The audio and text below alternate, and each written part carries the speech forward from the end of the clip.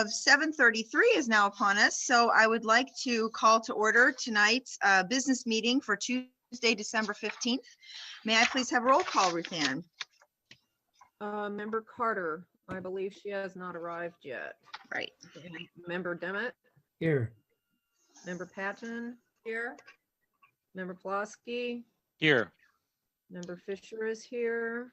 Vice President Exum, Here. there she is, and President Hall. Here. All except for Brenda's here, and we expect her any minute. Okay, we do have, I believe, one addition, correction, or modification of tonight's agenda. Did you want to explain that, Jennifer? Or do I- Yes, so we inadvertently, by mistake, have included the administrative personnel item in the consent, and it should be an individual action item. So if we can, I'd like to remove that from the consent agenda and have it appear in the action agenda as 12.1. Okay, that's fine. We'll have 12.1A for that, and then we'll continue on with the action items of 12.1 as 12.1B, just for the audience to know if you're following along. Okay, sounds good. Citizen statements. We have no one here in person, but we do have a couple that were emailed to us. So I'll go ahead and start reading those. The first one came from Erica Tenango, and who writes, "Why are teachers teaching from their homes? I feel this keeps them blind to the struggles faced by working parents who work outside the home. They don't have to struggle to complete the hours of independent work and homework every day that some students are not even able to start until 6 p.m. Teachers should be teaching from their empty classrooms as well as having Zoom office hours from them. They might then better understand the true effect this has on families. Maybe then they wouldn't question why some children aren't getting things turned in until 8:30 p.m. or later, but instead look to come up with a better plan as they might understand the struggles." And 2, with so many other schools already back in limited in-person sessions and doing well, why is Urbana so reluctant to go back? Thank you, signed Erica Tenango. And our second comment comes from Liz Patterson.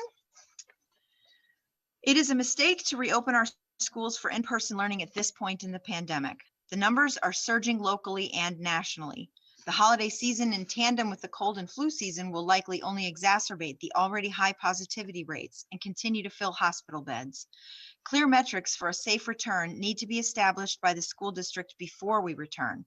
Those metrics should be developed and tracked collaboratively with the CU Public Health District. Testing protocols should be put in place and piloted. It seems rash and premature to return as the pandemic is continuing to peak and based more likely on fatigue than any real sense of safety. Because the numbers remain so high, it is unrealistic that returning in January will even be sustainable. How long until a student or class or whole school needs to quarantine? I think about the recent pilot at Urbana Early Childhood School that lasted a short 4 days. Students, families, and teachers spent lots of time and energy preparing. The preschoolers were so excited and so hopeful. Then 4 days later, they were left disappointed all over again.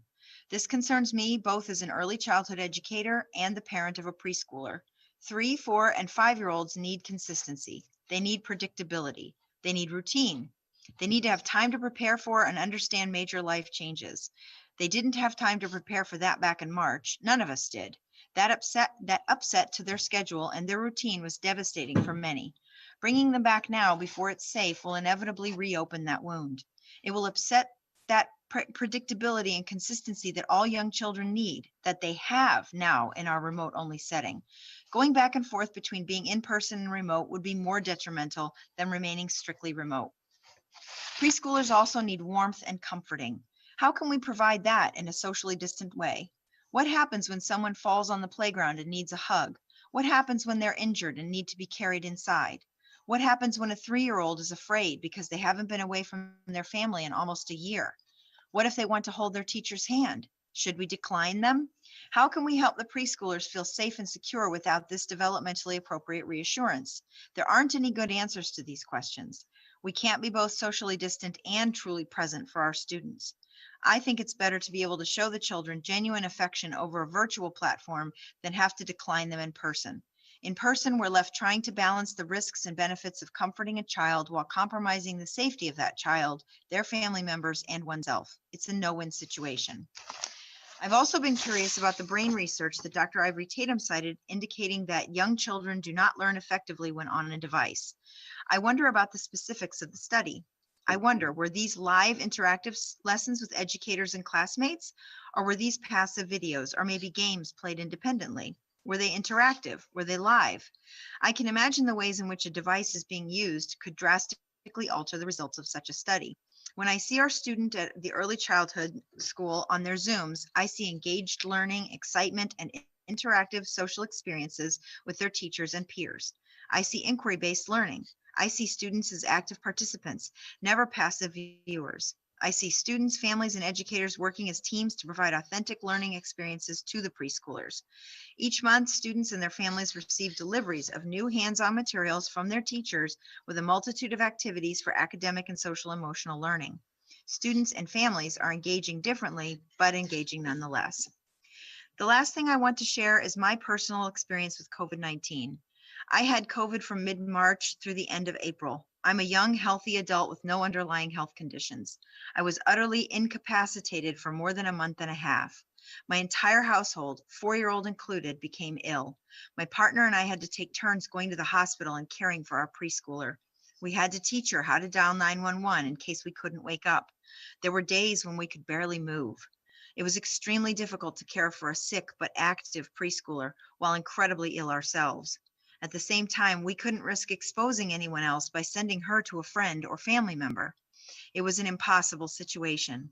Even now, many months after I recovered, I have developed chronic conditions that my physicians believe resulted from my COVID-19. They are chronic. They last forever. Even healthy people can have lifelong consequences from COVID. No one should have to be needlessly exposed. We have a safe alternative. Let's make the right choice. Please keep us safe. Signed, Liz Patterson, school librarian and family coordinator at the Urbana Early Childhood School. Okay, thank you for those. We do have a call for an executive session, but unlike in past meetings where we've had them after the current session, we're actually going to break out into exec session in the middle of tonight's public meeting. And then when we've completed that portion, we'll go back into open session later on. So I believe that's probably not until, oh, I can't remember where it is on the agenda, but it's later on. It's item 13.0 on our agenda. Okay, and with that said, I'd like an approval for tonight's agenda. Do I have a roll call, please? I move the. Oh, thank you. Motion first. I'll as- second that. Okay, moved and seconded. Roll call, please. Member Carter, has she arrived? Yes. Yes. Okay. Brenda, you're muted.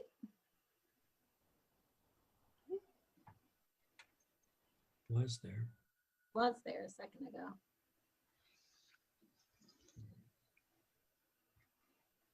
Well, let me go on through with everybody. Member Demmett, Yes. Member Patton, Yes. Member Ploski, Yes. Member Fisher votes yes. Vice President Exum, Yes. President Hall, Yes. and is Member Carter there now? Yep. Yes, I vote yes. I apologize. I just became a grandma again today, so Oh, congratulations. thank you. I apologize. Thank you. Okay, motion passes. We'll congratulate you later, Brenda. Thanks. We, Probably too much info, but do we have any commendations or recognitions for tonight? Nope. Nope. Okay, seeing none, then I need my gavel here. Need to call a public hearing for tonight on the estimated tax levy. I'd like to open the hearing. This is required for me to do by the Truth in Taxation Act, so that a hearing will be held to allow public comment on the 2020 tax resolution, which Carol Baker mentioned in our last meeting. But seeing that we have no comments, I will, do I close them separately or can I keep them open for both? Yeah, you have to open and close them separate. All righty, well, with that said, we've had no public comment on the tax levy, so I'd like to close that public hearing. I'll gavel it again then. I have public hearing open for e-learning program. I'd like to open that and ask, as required, if there is public comment for the e-learning program that we discussed at last meeting. No comments? Okay. All right. I saw Angie show up with John. I wondered if maybe she had a comment or two to provide. Seeing none, then I will close tonight's public hearing, the second public hearing. Both hearings have closed. Thank you. Okay, moving on very swiftly to 9.0 on the agenda. Do we have any communications tonight? So we Nothing. did have the one that Lori shared from Tim Johnson. Hopefully all the board members were able to see that in your packet. Okay, Mhm. all right, excellent. Okay, I just wanted to say that out loud, that we received a very nice letter encouraging us to continue the fight through COVID. And do I need any further action on that tonight? We just wanted to acknowledge that we received it. It happens so infrequently during the agenda that I had to ask. Okay, then moving on to 10.0, we have several administrative reports tonight. So I will start with the first one, 10.1, the Healing Illinois grant presentation by our district parent liaison, Janice Mitchell. So I will let you take over, Ms. Mitchell. Yes, good evening, board and district administrators. Dr. Ivy Tatum, was there something you wanted to say? No, I was just gonna, and also acknowledge Deion Webster was here with you. So you're gonna do that. So I'll go ahead and let you do that. Sorry about that. Thank you for that. Yes, Dion is on also with us. I am Janice Mitchell and I am the district parent coordinator. I'd like to, before getting into the actual grant that we received, I'd like to just inform our board administrators that Urbana Neighborhood Connection Center, which I am also the founder and director, we are open and have been serving our youth of Urbana pretty much since in June. And so we kind of took a break after the summer and we've come back and we are currently at 45 youth every day. It's been a wonderful learning experience. Not saying COVID has been wonderful, but the just learning to adjust. And some of our teachers, especially in our elementary buildings, have been just excellent, coming over, making certain that they are in touch with us, feedback with our youth, and just being able to follow up with the parents, letting them know where at least the 45 that we have over here, where they're at on a daily basis, and just learning the system with Urbana has really, I think, benefited the 45 that we do have. So I wanted our board to know that we are open in person 7:30 to 5:30 Monday through Friday. And we thank God that we have not experienced any negatives in terms of COVID at this point. So with that said, I would like to say we are very excited because Urbana Neighborhood Connection Center, along with approximately, I think about 4 other organizations within our community, wrote for and received a grant for the Healing Illinois initiative. And this particular initiative is really taking a look at healing Illinois, healing our communities, a lot of different focus, some's on racism, some's on, different diversities. However, the name of our initiative that we wrote for was Racism, Reactions, and Recovery. And in writing that, the funding is from the Department of Human Services in partnership with the Chicago Trust. In writing, I had in mind that our school district is undertaking, as I know Dr. Ivy Tatum presented, I think maybe the last board meeting or maybe the meeting before, just presenting our plan in terms of where we're at, looking at the district as a whole, inequities and justice, how are we looking at racial inequities. And so what we wrote our initiative, our grant application was specifically focused on Urbana. And I know quite often we kind of look at Champaign County, we look at what can we do Champaign and Urbana. And I just felt as if though we didn't want to bite off too much because we really want to be able to see some results. So we have 3 phases to our initiative. Phase 1 is the planning. We are currently involving youth. We're getting the perspectives from the youth, the adults. I'm working very closely with Dion, who is our district parent coordinator. I will be meeting with our mayor on this Thursday. And we've been working with Chandra Somerville with the Champaign County Mental Health Board in terms of the cultural competency piece. And then the second piece of that is just the community awareness. I've been able to present at several different organizational meetings. United Way I've been in contact with United Way from step one, even prior to submitting our application. And United Way is one of the larger agencies in our county that receive funding. Along with that, when we start to look at phase 2, keeping in mind that our initiative is focused not just on the city of Urbana, our school district as a whole, but we're focusing specifically on the African Americans and African Americans' perspectives. We are looking at the undertaking of a 6-week sessions where we will have focus groups. Those focus groups will include African Americans from throughout the city of Urbana. We will use the evidence-based practice of bibliotherapy, where we will be actually exploring several different literature, several different materials.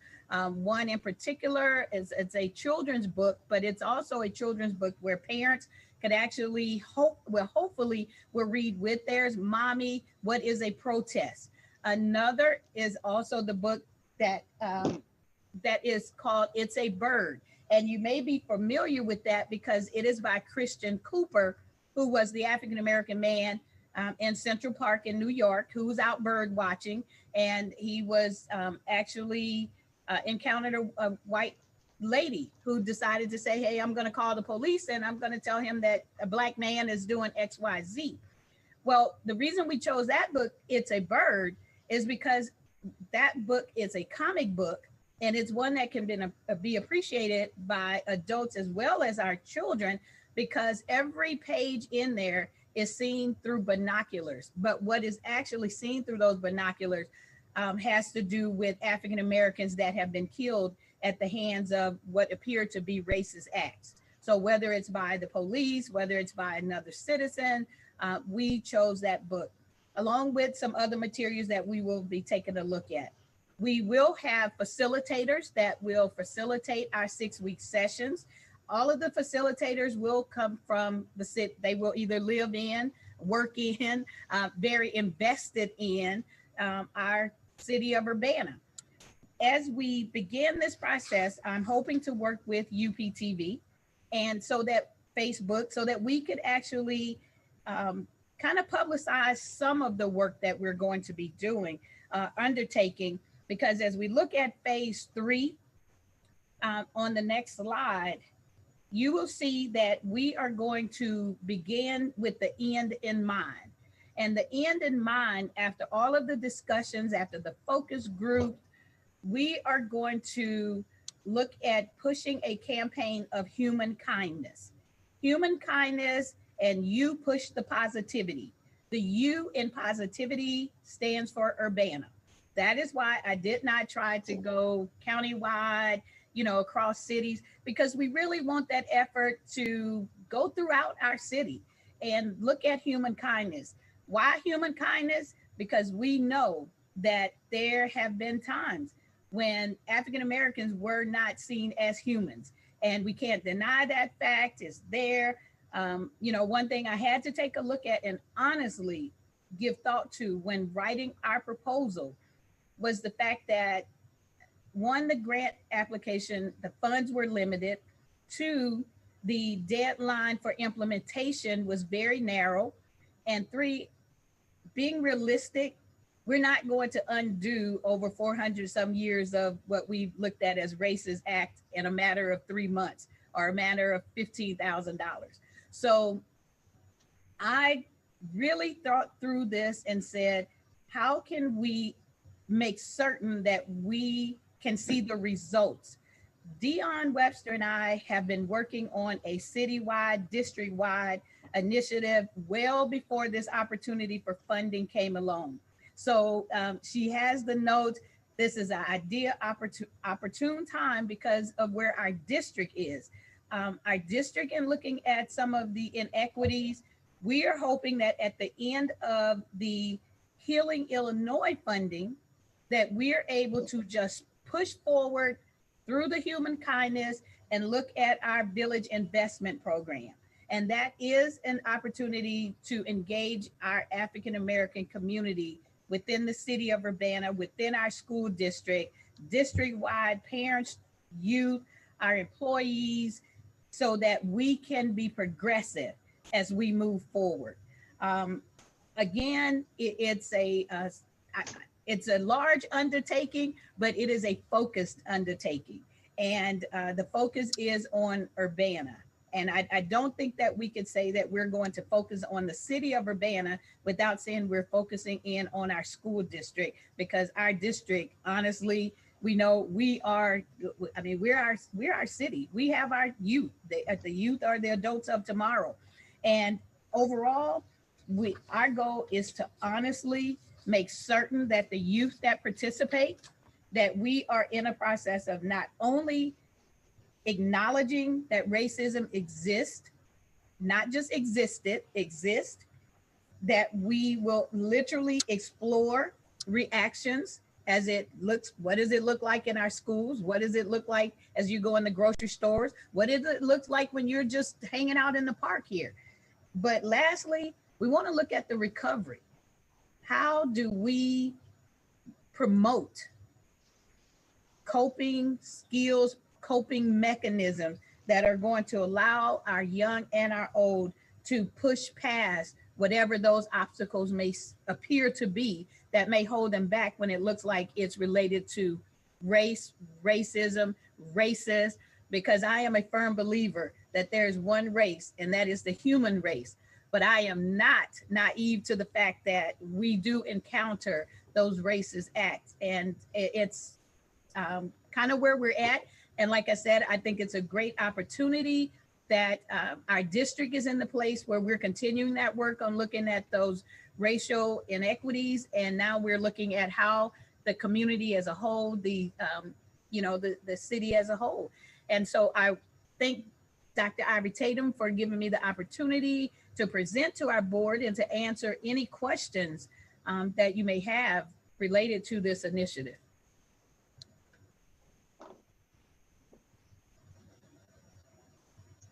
Janice, I want to say thank you very much for doing this. I know you and Dion had to work very hard at this, and I'm excited that we're undertaking this because I think it'll be a great project for the whole city, community, schools, just like you said, everybody.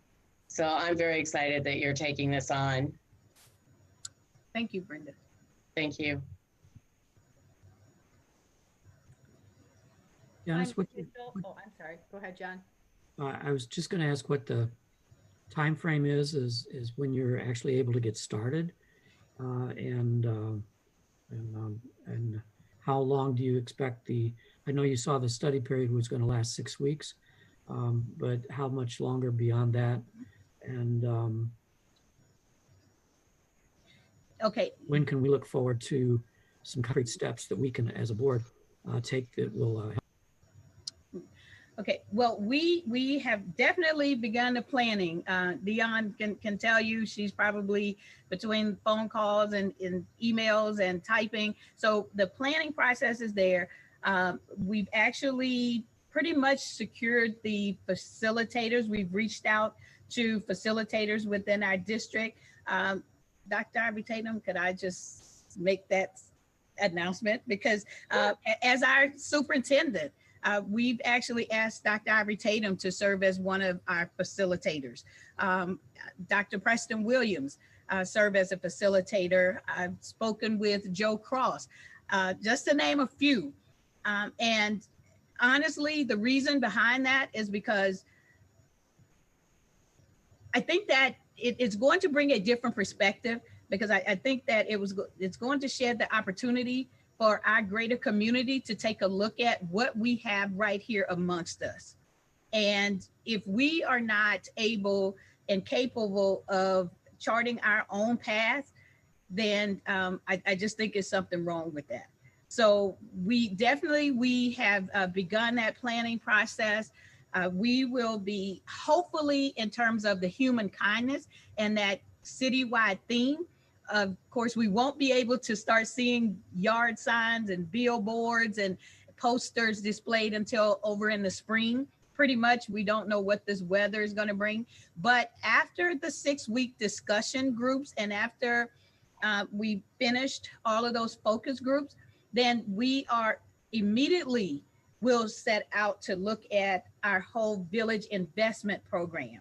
And so therefore, we're hoping with the village investment, that is going to take off. And by the fall of 21, when our schools open back, Urbana School District will have a district-wide initiative that we can say from high school to middle school to high school and beyond. Because one of the things that is working out dynamically for us here at the center, and we just had the experience this past weekend with our college and career program. We had 2 of our young ladies come back who had been a part of our college and career program, Urbana High School graduates. Literally went, one is at ISU, the other one is at Bradley. One only had to pay $24 in terms of paying off all of her tuition, room and board and everything. But we worked so hard to make certain the scholarships and everything else was afforded to them. The other one, she would tell you, she had about, I think she said about $2,000. She said, and that's nothing because she had to listen to a lot of her roommates and other people who really talked about how much they owed and, you know, even who couldn't stay in school because of that. So I think that when we look at what we have right here, how can we play on that? How can we get our preschoolers to a point where they are looking ahead and we're wanting to give them that. We're wanting to give them that opportunity. So in the fall, we are hoping that we're rolling out the Village Investment Program. And of course, that is the district. That's our district, along with the support of the greater African American community. John, I know you were around, Ruth Ann, you were on the board, district administrators. At one point, we had the Achievement Matters. Jennifer, we had the Achievement Matters program. Achievement Matters program went across grade levels. It was an opportunity to celebrate those students, whether or not they were, that was attendance, the academics, the parent involvement, and that's kind of what we want to see. But the most important part of that is to focus on the academic excelling of our youth. So long story short, John, we are hoping by the fall that we're going to see our initiative really spill out over into the district.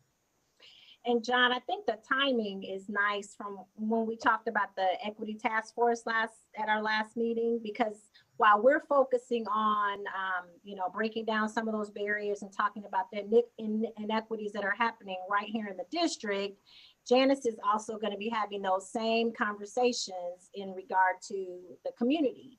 And so then we'll kind of all, and we didn't even plan it that way. It just worked out that way. When Janice found out she was receiving this grant and she'd already been working with Dion on the community piece. And so I think the 2 programs are going to marry very nicely, and the 2 initiatives by the time we get to the summertime and we're ready to, talk about what next year might look like in regard to some of those equity issues and those conversations. It will be a nice collaborative effort, I think. I appreciate the fact that it's got a very local focus to it, so that we can hopefully see some immediate impacts and some reachable things that we can do that hopefully have a fairly quick payback and can move our district forward. Thank you, John.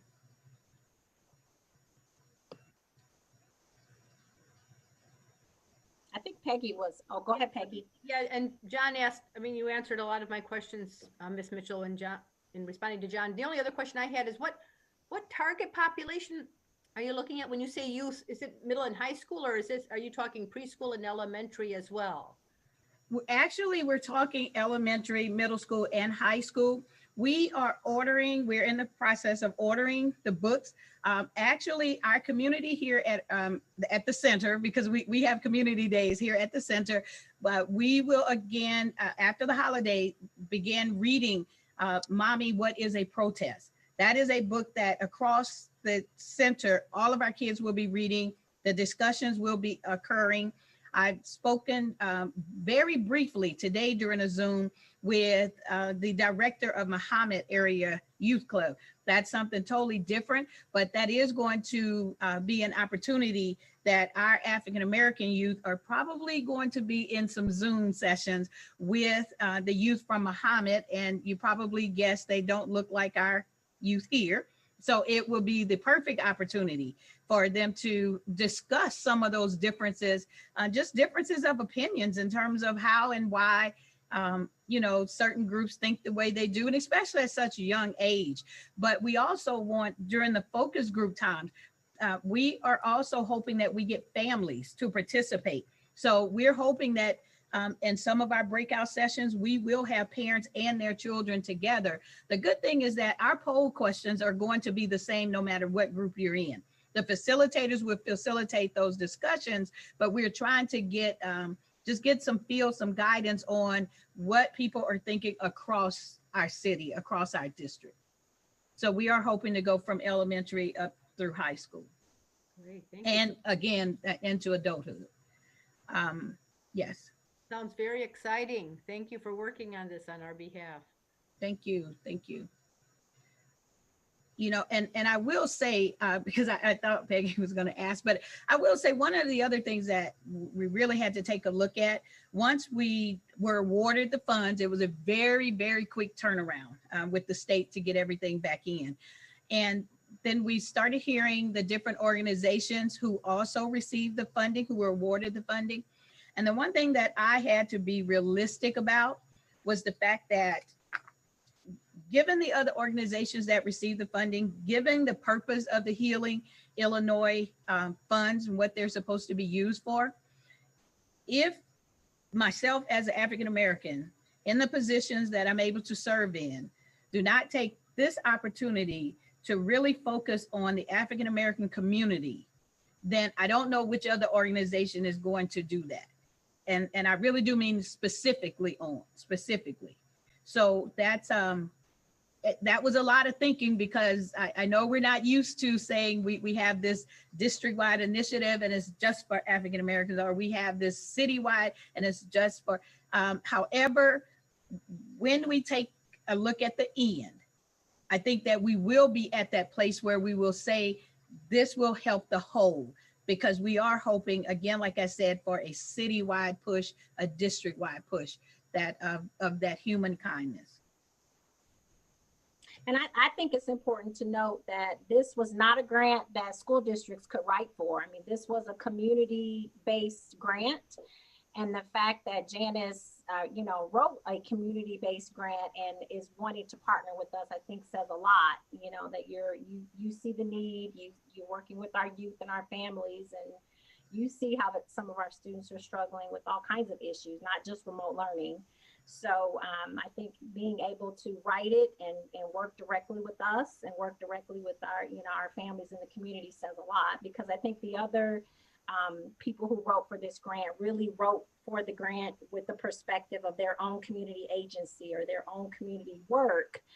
But, you know, Janice sees the need is, you know, what happens in our district, it affects the whole city. I mean, so I just wanted to say that out loud.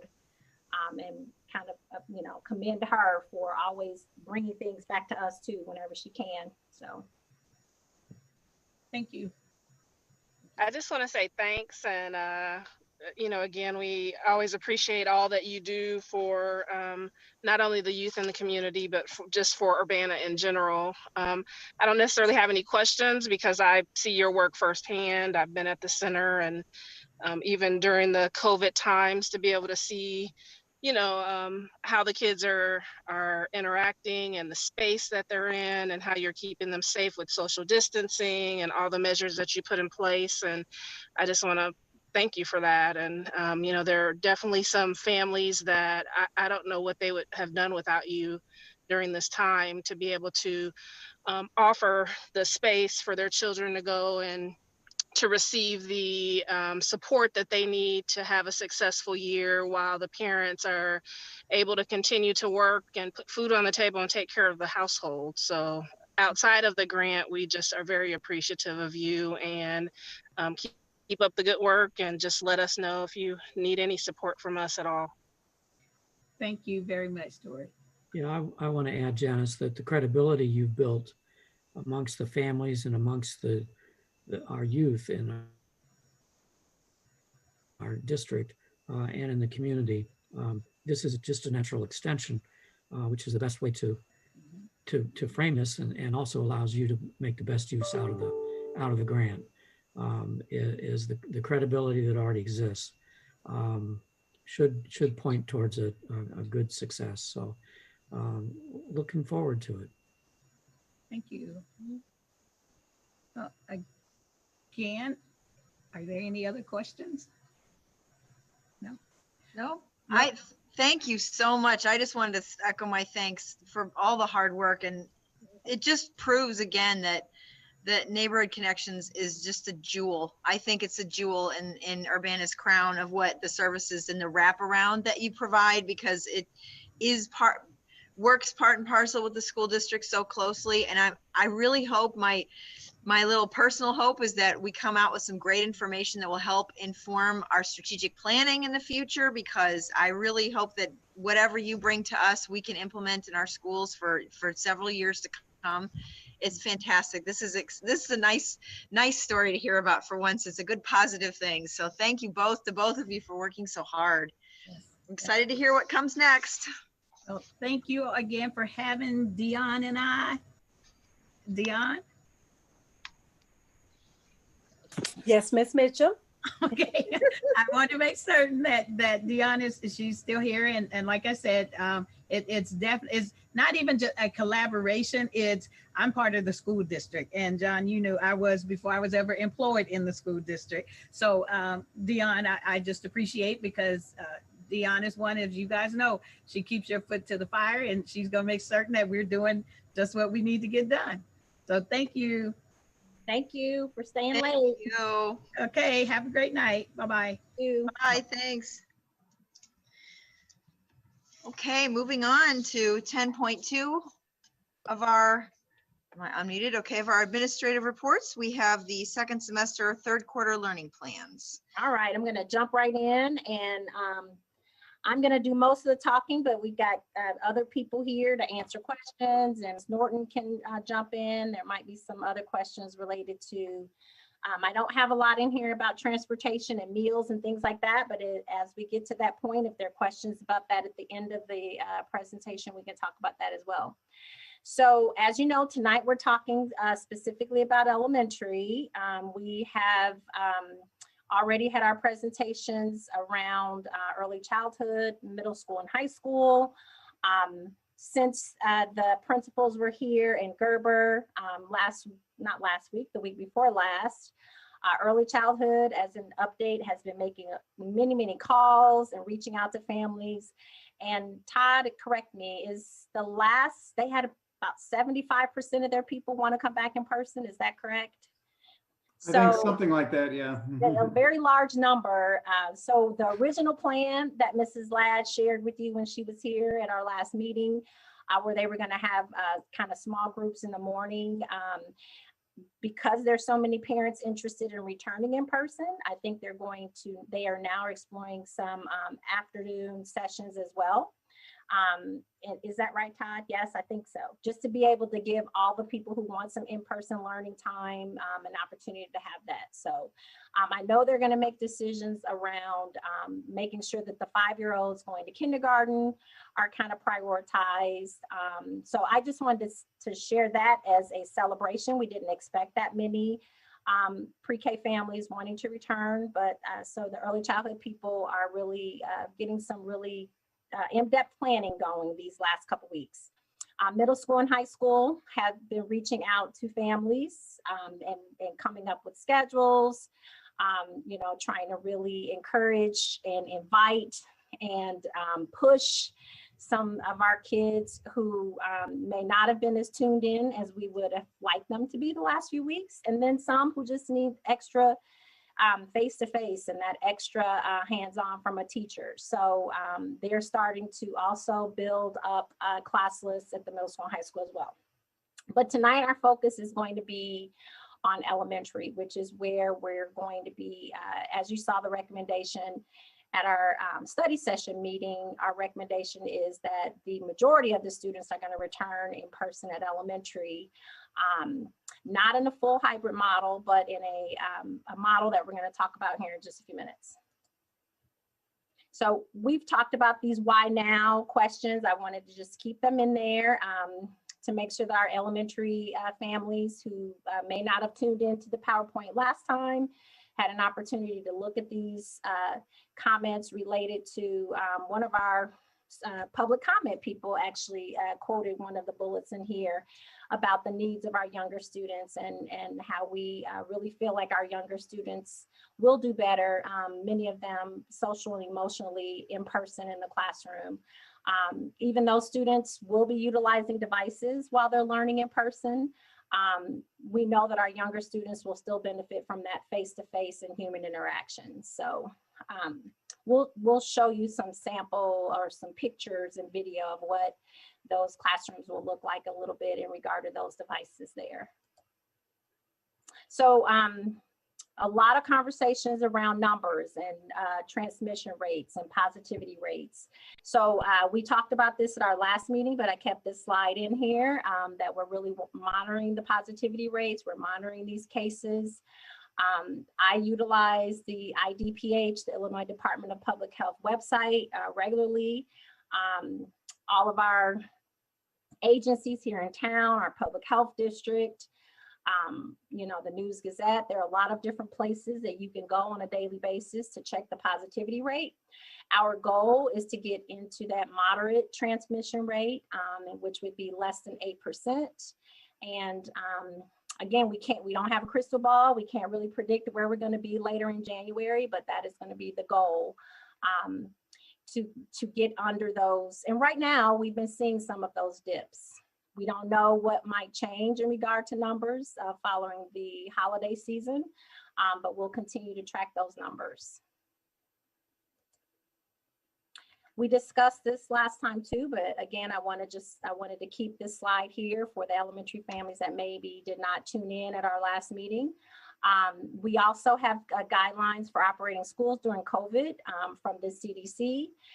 We have some very specific walkthrough models and mitigation measures that we have been given from the ROE, from Champaign Public Health District, that really outline what we need to be doing when we start bringing students back to our classrooms during COVID. So we've talked about all of these things, having some students participating virtually while other students are participating in person. Making sure that the classes are small, making sure that we're very intentionally planning schedules, that we're not mixing groups of students across the school day, that students and teachers are not sharing materials. We have very specific guidelines related to social distancing and mask wearing and hand hygiene. And our disinfecting and cleaning protocols have been public for quite some time. And those are on our website in our original phase 4 plan. So I just wanted to reiterate that those are all things that we're continuing to discuss. So this is just that shared values slide. I know we have had a lot of conversations with families, with our teachers about you know, what it means and how important and equal access to education is for all of our students. Not just those who have, you know, more access and more opportunity and more support at home. Our students, like Ms. Mitchell talked about, and maybe even Tori mentioned too, we have a lot of our families who just don't have those access and opportunities, who need to work. And so our students have a right to that. All of our learners learn at different rates, and they all have very different learning styles. We also serve as positive role models for our students, our parents, teachers, and staff. We know that Technology is a current right. It is essential right now to education, and that we must find creative ways to support our students. We're on the same team, we have the same goals, and all of us, parents, teachers, staff, community people, our goal is to improve student learning. So this is the recommendation. We've talked about this now for a couple of our last meetings. Should our countywide metrics necessitate a need to change our plans, we will. But as of right now, the recommendation is that we would return the groups that we've talked about at early childhood, middle school and high school, but that we would be returning more of our elementary students to an in-person model, at least those families who are wanting their students to come back in person. So we've talked about this, how we've developed the plan, that we've worked very closely with our union leadership, our teachers, our administrators, and we've tried to be very flexible to make sure that we're always including a 100% remote learning option for our families who want that and have no intention on sending their students back right now. We've talked a lot about these core ideas and considerations related to synchronous learning and asynchronous learning, so I don't think I need to spend a lot of time there. Our families have seen this multiple times. So I never want to skip or shorten our discussion about safety. So I do want to just say these things out loud. Again, I feel like I can't say them enough. We will continue to follow the phase 4 safety protocols. Face masks will be worn in our school, on our buses, social distancing of 6 feet in all of our classrooms, lab spaces, open spaces, shared spaces. Students must self-certify every day. Temperature checks will be done at the school and on the buses. All meals and food will be eaten in large common areas or taken home as grab-and-go meals. All classrooms and schools will be deep cleaned and sanitized every night. We've talked a little bit about the self-certification process, but again, I just want to reiterate it again for our elementary parents who may not have tuned in last time. So our parents will sign a consent form agreeing to the district's expectations for in-person learning. Parents will complete a symptom screener before sending their student to the bus or to school. We have created these, I've showed them to you before, these lanyards that our students wear. I'll be showing you some video. Well, I don't know if these kids will have their lanyards on. But we're in the midst of creating a video that we'll share out with families that kind of models the expectations, the new expectations of what our new normal will look like. So you'll get to see a little bit more about what that lanyard looks like. Our staff check the self-certification lanyards when the students arrive at school. A secondary temperature check is done at the school.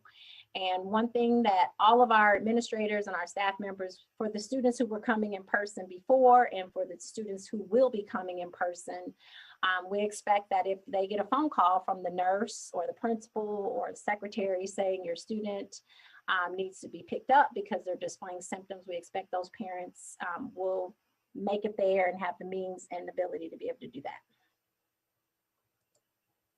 So here we have some of those documents. We looked at these way back in August. So I was just going to highlight them again really quickly, because, some of our families are tuning in again for the first time and onto this topic and may not have really tuned in when we discussed it as much in August.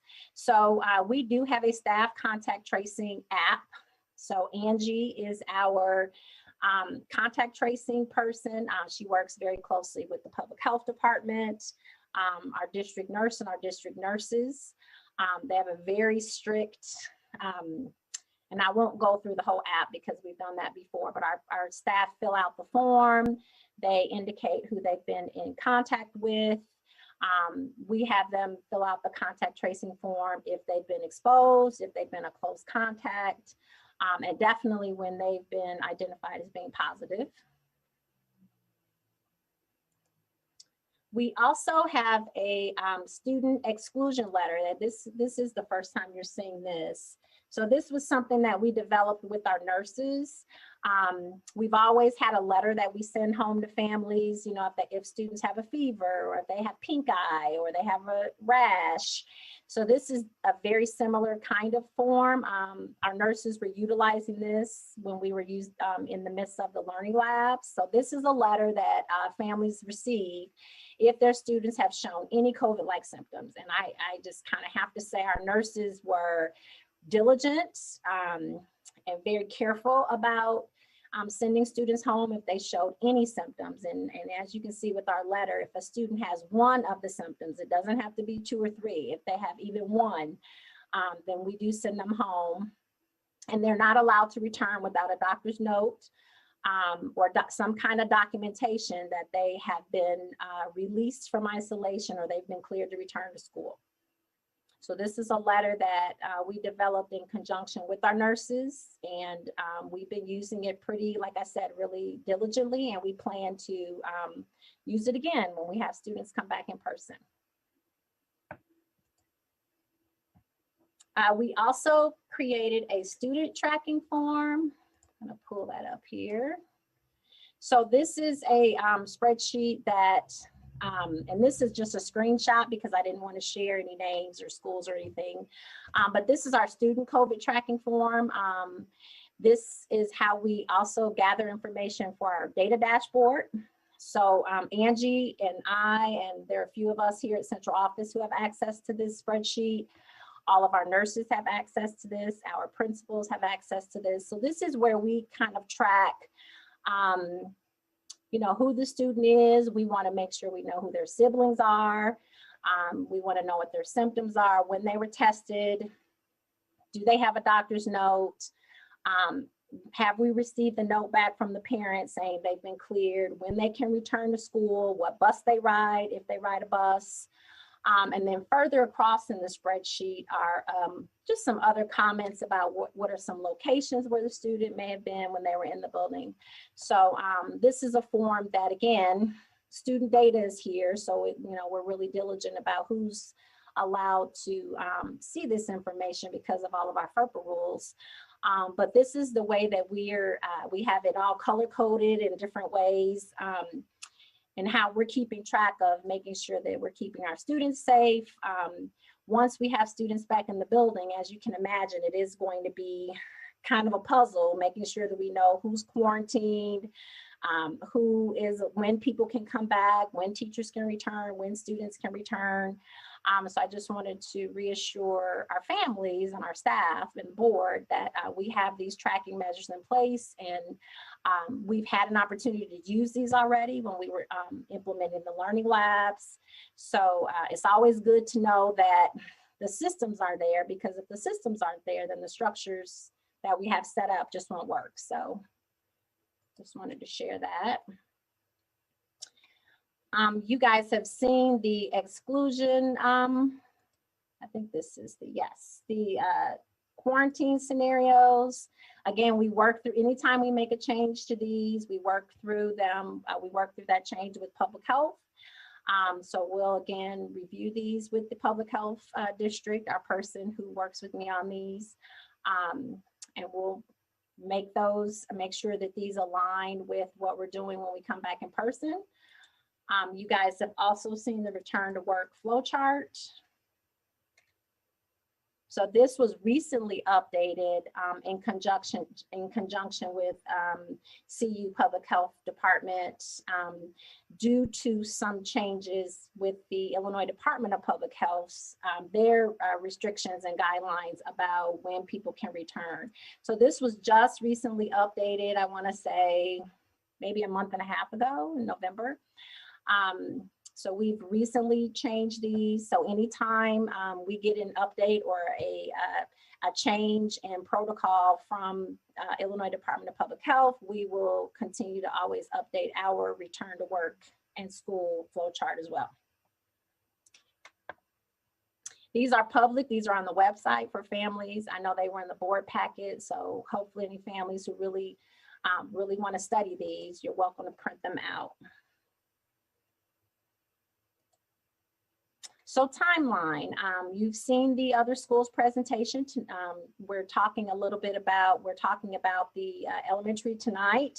On December 7th, last Monday, we held elementary faculty meeting presentations. So several of the slides that you guys are seeing tonight, we walked through those slides with our elementary teachers and our staff.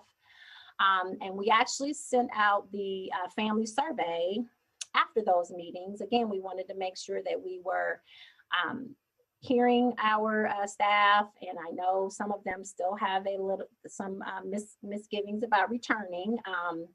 And several have commented about the vaccine coming, and I watched the governor's press conference today, and so people across Illinois started receiving the vaccine as of yesterday, actually, and in the healthcare agencies. So that is exciting, and we have more to come related to that. I know a lot of our staff are very interested in testing, and we're going to talk about testing in the next presentation. So we got a lot of feedback about that. So right now there is a survey out for families. In my update on Friday, I encourage families, watch tonight's meeting, send questions if you have questions to me, to your principals, to the teachers. Review some of the information that's out there for you to look at, and ask questions as we go. So you still have time to do that.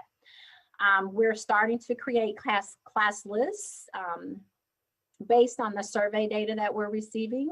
And right now, again, the survey has only been out for a few days. I anticipate after tonight's meeting, when people and families have a little more information about what the model looks like, when I show you some pictures here in a few minutes, we will have even more families go in and either complete that survey to indicate that yes, they want to return in person, or no, that they would like to stay fully remote. We do have the request for full-time remote only instruction form available. We've shared that with families via Skylert. Those forms are returned to Mrs. Norton's office. So Kim Norton accepts those, and we're accepting those through Monday, January 4th. The reason we have January 4th as the cutoff is because it is really going to take a lot of effort and planning on our behalf and on behalf of the administrators and the classroom teachers. So for people who are really wanting to keep their students at home, we really ask you to have those heartfelt conversations between now and over winter break, and let us know by Monday, January 4th, if that's what your family's decided to do. So then we can then move forward with the families who do wish their students to return, and we can start making some concrete plans. After winter break, the plan, and we've talked about this, and this aligns with what we shared for our other levels, but I just want to reiterate it's the same for elementary. So January 4th is our first day back following the winter break. We will be remote that week of January 4th. We will also be remote the week of January 11th. The reason we're doing that is, again, we want to give our community some time to rest from the holiday. I know we heard a lot of information during the Thanksgiving holiday season about small gatherings and people, staying within your household, and I'm not trying to preach to anybody and tell people what to do, but people will enjoy their holiday season whatever is best for their family. But we still want to be safe and know that people are going to be traveling. People will have people traveling in and out of their homes. So we want to have that 2-week window to really allow people to get back into a routine of learning and school before we start to receive students back in the building. And that will also hopefully give our countywide metrics a little time to see an additional decrease. January 11th is when staff would return to the building, and students would return to in-person learning the week of January 19th, and our remote only students would begin to participate virtually at that time. So I just wanted to remind the board, I know we talked about this in August, we talked about this when we had discussions about bringing the students back in the second quarter. One of our parents alluded to this in her public comment this evening, that we have seen districts all over our county and our region in the state who have been able to successfully bring students back to school. There are several districts right around us, our neighbors in our region, who continually have been in school and are in school right now. So most of the districts in Region 6, our ROE and the Big 12 are all exploring similar timelines to return to in person. So I am part of LUDA, which is the Large Urban District Association. I participate in the Illinois Association for Superintendents group, which we have an Illini region group. So we're continually meeting, talking, strategizing together. And so I've heard a lot of the other districts' plans, and a lot of our neighboring districts and those close to us are also planning a similar, well, some of them are going to go back to their full hybrids, which we're not there yet. But most, everybody that I've talked to, they're really looking at that following the weekend of Martin Luther King as a plan to return for the third quarter. So here's the schedule. I know this has been something that I think our, let me see if I can, I don't know if I can zoom on that. So I know our parents are anxious to see this part. So this is a sample schedule for K-5. At the top of this, you'll see that it says simultaneous teaching. So what does that mean, to have a simultaneous teaching schedule and learning schedule? So what the day will look like on Monday, Tuesday, Thursday, and Friday. Wednesday will continue to be remote. Our students in person will arrive like they would on a normal school day around 8:10. We are having students eating in the large gym spaces, multi-purpose room spaces. You've seen pictures of what that looks like. One of the biggest concerns we heard from staff when we talked about this in October, and several of the people on the remote learning planning committee, is the concern about students eating in the classrooms. Because in order to eat food, of course, you have to pull your mask down. And then the sanitizing and the necessary cleaning after students eat in the rooms. So to alleviate that, we're not allowing eating in the classroom. So eating will happen in the large gym spaces. A lot of the schools are using desks. Some are using lunch tables. Some are using a combination of both. Students will sit, you know, if they're at a desk, the desks are 6 feet apart from each other. If they're at a lunch table, one student is at the end of the table and the other student is at the other end of the table. So that would be breakfast. At 8:30 is when the in-person learning and the remote learning would happen for our students that are staying at home. So from 8:30 to 11, that is our normal synchronous learning time for the elementary students, that 2.5-hour block that we've talked about all year. That we're required to provide for synchronous learning. So I'll show you some pictures and video here in a minute, but what will happen is the teacher will have 10 or less students in a classroom spread out in the room, and then the students who are at home will continue to be in a Zoom, which is what they do now. They Zoom into a group. So instead of their in-person learning friends being in that Zoom with them, those students will be in the classroom, and the students that are participating at home will continue to be in the Zoom. We do have a few classroom teachers who are not returning for in-person instruction for you know, many reasons, medical reasons, family reasons related to medical issues. And so in those cases, the staff member will be in the Zoom with the all remote students, and a staff member from the school will be in person with the in-person learning students. So Mrs. Norton and I met with, you know, all the principals. We've had one-on-one meetings with the principals and talked about, you know, who needs support with this. That's been one of the concerns from our committee. As we talked about way back in August, you know we have a wide spectrum of people in terms of their technology abilities. So we have some people who managing the Zoom and managing in person will be easier for some of our staff, and then for others, it will be a huge, it will be something very new and something that they may need support with. So we've had conversations about who will need support, who is going to need an additional adult in the classroom with them, who might need an additional adult in the Zoom. We have teaching assistants, we're utilizing ASCCP staff. So we're going to be using literally every staff member that we can in order to make sure the classrooms that need in-person support are getting it, and the classrooms who need support in the Zoom will be getting it. So the reason we're calling this simultaneous is because the in-person learning students and the Zoom students will be learning at the same time. Now, we had another option.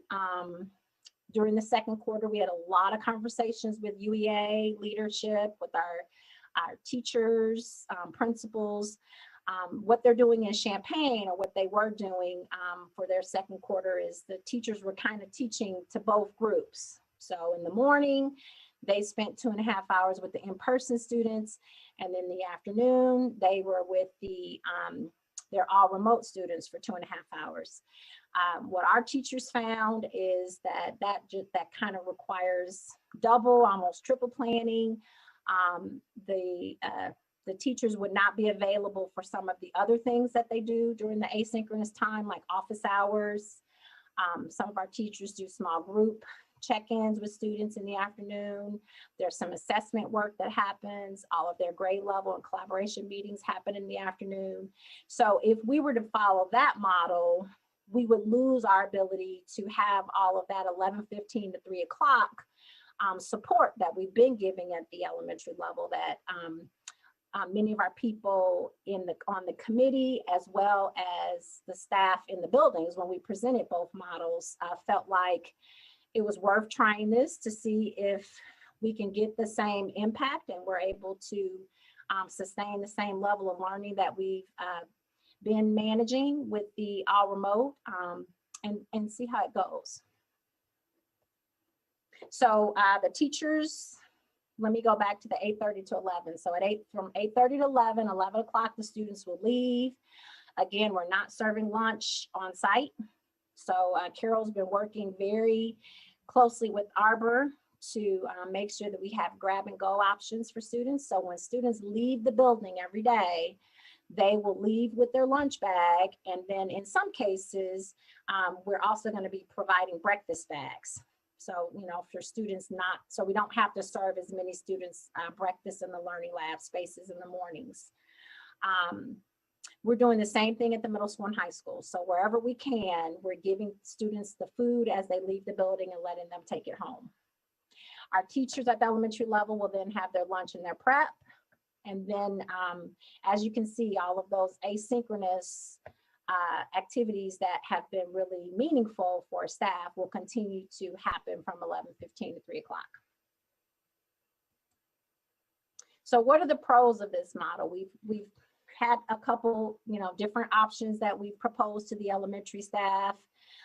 This option was the most chosen and was the most, I guess it's had the most benefits. So some of the pros are both the in-person and remote students keep their same schedule. We don't have to disrupt everybody's learning lives and their daily schedules with an abrupt change here in January. Fewer disruptions for families, as the instructional block will remain the same. Students will stay with their whole class, and we won't need to separate our students away from their current teachers. That was a big concern for a lot of our families that are staying fully remote. They wanted to make sure that by choosing to stay fully remote, they wouldn't be at a disadvantage and have to go and learn a new teacher and, get to know new classmates or new friends. They will get to stay with the students that they've been with from August and their teacher. The remote only students continue to be part of that full class experience. It will look different, but they still get to be connected to their friends and the teacher almost in the same way that they have been since the beginning of the year. Some students that are struggling academically or social emotionally will benefit from genuine human interaction. Collaboration efforts can continue in the afternoon. So we talked about that. This was the best option for the DL programs. It will accommodate staff not able to work in person. And we are working very hard, as I mentioned, to provide additional support for teachers who may find the technology challenging for them. The cons, remote students would need to take a break at the same time as in-person students. So that part, I think, will be something that our teachers and our parents who are at home when students are fully remote, that'll be something that'll be a little bit of a learning curve those first couple weeks. But I think once they get into a routine and figure out the systems, it'll work out. Small groups and intervention schedules will need to be balanced between in-person and remote students. We heard from our special educators, our related service staff members, social workers, our resource teachers who right now have a set schedule when they are kind of doing some of their teletherapy activities. Well, some of those schedules may have to change to accommodate the students that have chosen to come in person. So again, we'll work with all of those people. The administrators will be working with them. The semester break is a very natural place where, typically in a regular school year, there's some tweaking that happens at the semester break. So that's not uncommon. So we will definitely be seeing that with this new model. So what are some of the logistics? These are some of the things we've been hearing from too. There are a few teachers, as I mentioned earlier, who are unable to return.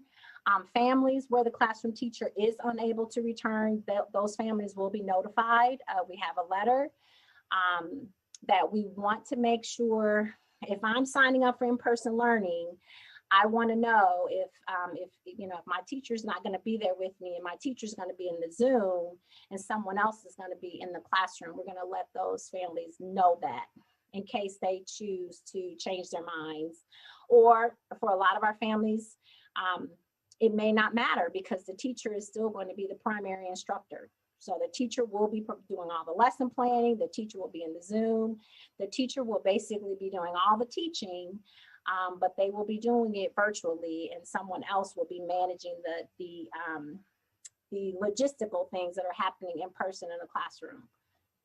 A small number of classrooms impacted by this will have in-person support. We've talked about that. They get to stay with our families who are staying fully remote, get to stay with their current teacher, which I think is really important to a lot of our elementary families. And we've already talked a little bit about the request to remain fully remote form. I do want to remind families that you do not need to complete this form if you already have completed one and we already have one on file. If you are a new family who is exploring this as an option, you definitely would need to complete the form and let us know that that is your intention. You can also go through the survey and complete the survey, which you had shared with you to start that process as well. So here are some in-person learning examples. And I already told the board members this before we started the meeting, but I had the videos embedded in the PowerPoint or the slideshow rather. And when I went to play them before the meeting about 6 o'clock, none of them would play. So I'm gonna have to kind of show the videos separately. So I'm sorry for that. It's a setting in our Chrome management system that I was unable to shut off on my own. So here's a couple of the pictures. So I went around and took some photos. I'll be sharing more photos with you guys at our January 5th meeting and hopefully a video. But this is Ms. Carr's class. She's given me permission to share these. We've shared some of these videos with our union and we've shared these around all over the district so people could see. So we had several teachers piloting in person with their actual classrooms during the learning lab while we had the learning labs up. So as you can see, students are socially distant. They're spread out on desks. They are using devices. So in Ms. Carr's class, the students had their paper, their books and their notebooks and things, their journals. But then in order to participate in the full classroom experience, they also have their Chromebooks out. The students all have headphones. As you can see, Ms. Carr is wearing her headphones. The district is, I know one of the most frequently asked questions by our staff following the December 7th staff meeting survey that when we gave out a feedback link, many teachers wanted to make sure that all the students would have headphones, and they definitely will. We were able to purchase a significant number of our headphones through a CU Schools Foundation grant. And then after we utilized all those funds, the district has been using our CARES money to buy additional headphones. But I do want to reassure people, everyone will have headphones while they're in the classroom. So this picture at the bottom kind of shows the smart board, as you can see in there. And you can see all the students kind of have their Zooms up, which is very typical to what they do every day. So now I am going to, this video is not going to play. So yep, unable to play. So I am going to get out here. I've got the videos all up and ready to go and share a few of those with you. They're very short, so we're not going to, so here's one I can. Looking at 1900 times 20, okay? Now, remember what we learned when we were learning powers of 10, and we know that 10 to the power of 2 is equal to what, someone? 100 is correct. Now, when I look at 1900, so when I was in Ms. Carr's classroom, there were times when she got up and walked over to the screen. There were times that she would get up and walk over to the whiteboard. You can see she's using a whiteboard in her hand, and that is so the kids at home can actually see what she's doing. When she asked that question about 1900 times 20, anybody in the classroom can answer at that point. The students at home can answer because they're in the Zoom, or I can't remember on this particular example if one of the students in person answered the question or not, but that is what that looks like. Here is another example of, you can. times 20. Now, remember, we are using the associative property here, the distributive property here when we're solving our problem. So, Ms. Carr. Okay. 20. Now, let me show you another one. One thing that I haven't talked about with you is the fact that our fine arts teachers and our PE teachers will continue to Zoom in, which is what they've been doing. So librarians, and we do that so we don't have a lot of cross-contamination, right? So even when we have the learning labs, you know, we're not going to have drama teachers and music teachers bopping around from class to class.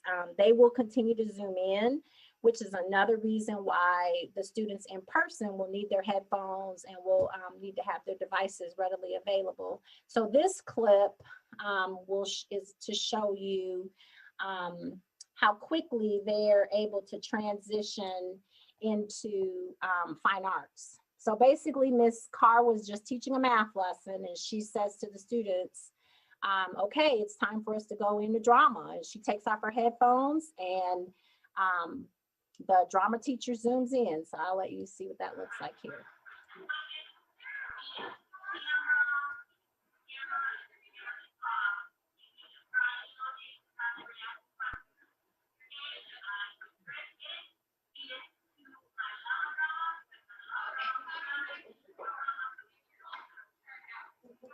So that is drama happening. So you can kind of see their interaction with the puppet there. So I think the fine arts teachers have done a fabulous job of really coming up with those virtual plans. And in order for this to work safely, we're going to continue to have them zooming in right now. So I'm going to go back to the PowerPoint. I think that might have been the last few slides were just videos that will not play. So I think that was those were the last content slides. I'm gonna stop sharing. So our goal now moving forward is I am going to reshare the survey again, because when I check the survey results, I've been checking them, the principals are checking them. The bus, for a student has access because they have to also coordinate bus schedules through all of this. So there's several people who are kind of watching those surveys as they develop. I'll reshare the survey again, hoping that a lot of our families have tuned in tonight. I'm sure I'll get more questions tonight via email or tomorrow. So we'll ask families to now go in, and now that they have a little more information, to complete those surveys. We know online surveys are not the best way to reach every single family in all of our elementary schools. So schools will be making phone calls, and we have our parent liaisons. I was talking to Lupe Ricconi today, and we're resharing the survey links on the Latino Family Facebook page. So we're trying to get the links out. I know our French families have their own Facebook group page, so we're trying to get the links out, or just word of mouth, to have families call us, or we'll call them, to let us know what they intend to do for January moving forward. So I know that was a lot, but it's a lot to share. Questions? I'm sure you guys have several. So Jennifer, this is Peggy. It sounds like we will accommodate as many parents at the elementary level who request, if all 20, if there's 20 children in a class and all 20 in third grade at one school wants to come back in person, we will find a way to accommodate them, still keeping the class sizes small, 10, and finding other space within the building. I'm glad you said that, Peggy, because I did not say that out loud. So I'm glad you're bringing that up. So that is not the case, because we don't have enough space in order to do that. Right now, because every single survey we've sent out since August has been very much a 50-50. 50% of our people want to come back, 50% don't. A couple of the buildings right now are kind of more of a 60-40. But we anticipate that, majority of those, that's just not going to happen. And if it were to happen, we would not have the space to do that. So on the survey that the families received, it was really clear that we will have to prioritize. We have some classrooms that are, that might, like you said, that have 20 students. So if maybe 12 or 13 kids want to come back, if the room can't handle 12 or 13 in a socially distant way, then we would have to have a cutoff, and we would have to tell some parents, I'm sorry. And I know that those are not going to be pleasant conversations, but the teachers won't be having those conversations. We will, Mrs. Norton and I'm sure we'll hear from parents. Our principals will be the main ones that may have to come to a couple of families and say, I'm sorry, I know you really want to come back, but we don't have enough space in the classroom. I don't know if that'll happen often, because again, we do have a lot of families who do want to stay home. But in the few instances that might happen, those are tough conversations where we'll have to say, your child is doing great. They've been managing remote learning very well. So we have to prioritize the students who need it the most, whether they are students with an IEP or an ESL or a dual language need, or some other kind of, maybe it's just students who just haven't been participating or showing up in the Zooms. So there will maybe be some tough conversations, but hopefully those will be very few and far between. Thank you for saying that, Peggy. I meant to say that earlier.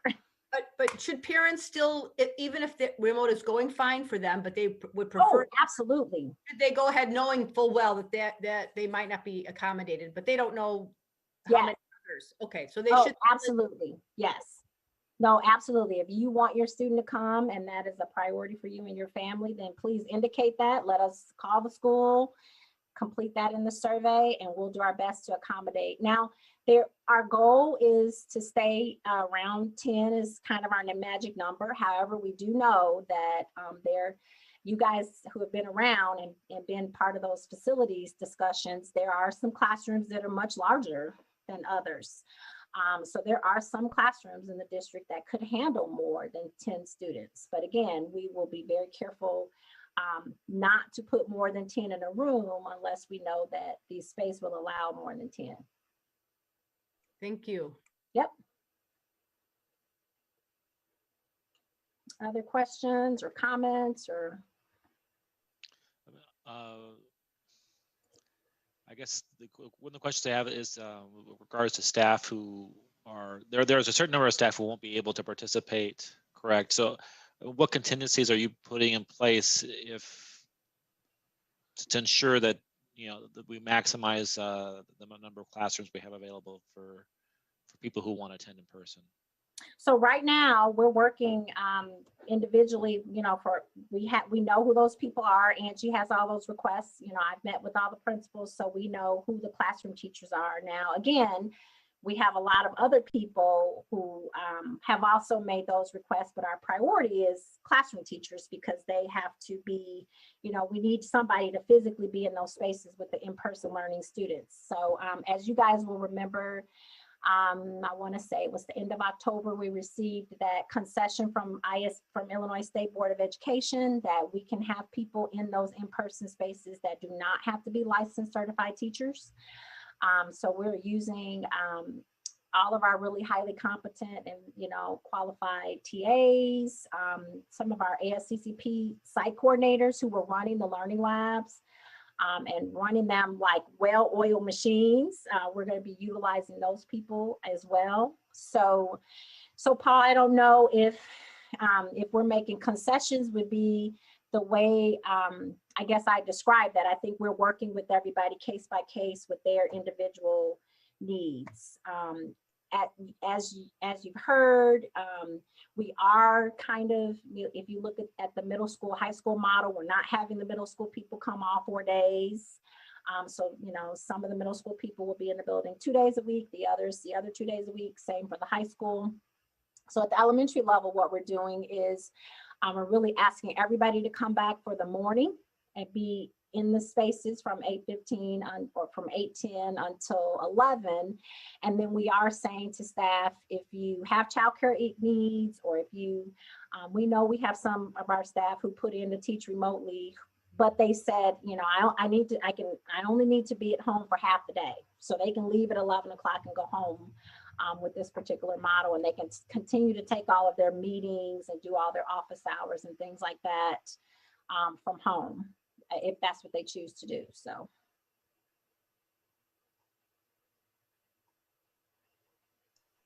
Any other questions from board members? Could I just ask about recess, how that happens at the elementary level?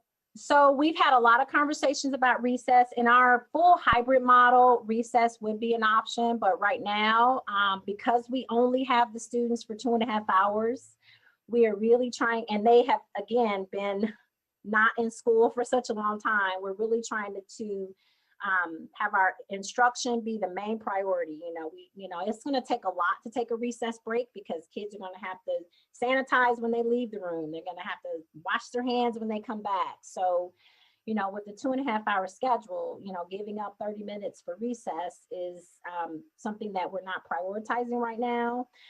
So we're going to work with the teachers on doing things like go noodle in the classroom. You know, there was a kindergarten teacher at Wiley who was, and I don't have any pictures of her class to show you, unfortunately, but I did get to see it in person.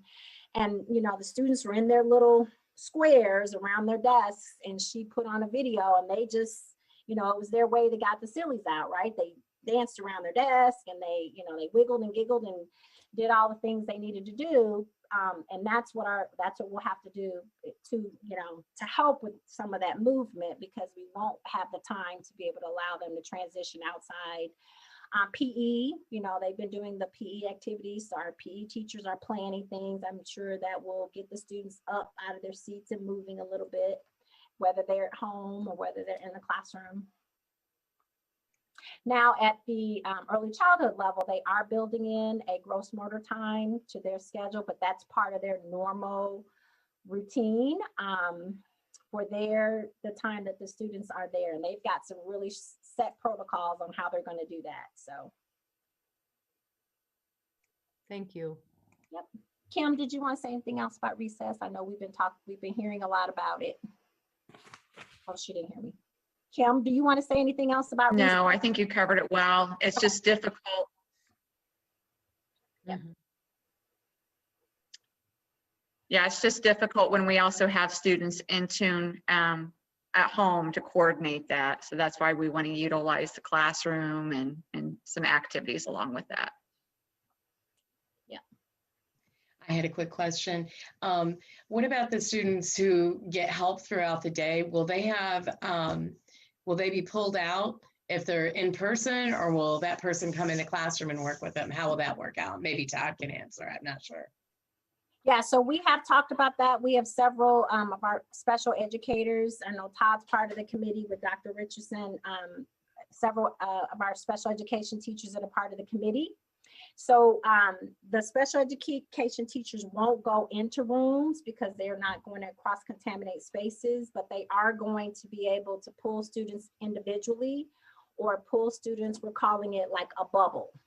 So if I'm a resource teacher and like in Ms. Carr's class, for example, if there were 3 students that the teacher works with from Ms. Carr's class, I can pull those 3 students, work with them in my space, but I would not pull students from another class into that space because we don't want to cross-contaminate kids from another classroom.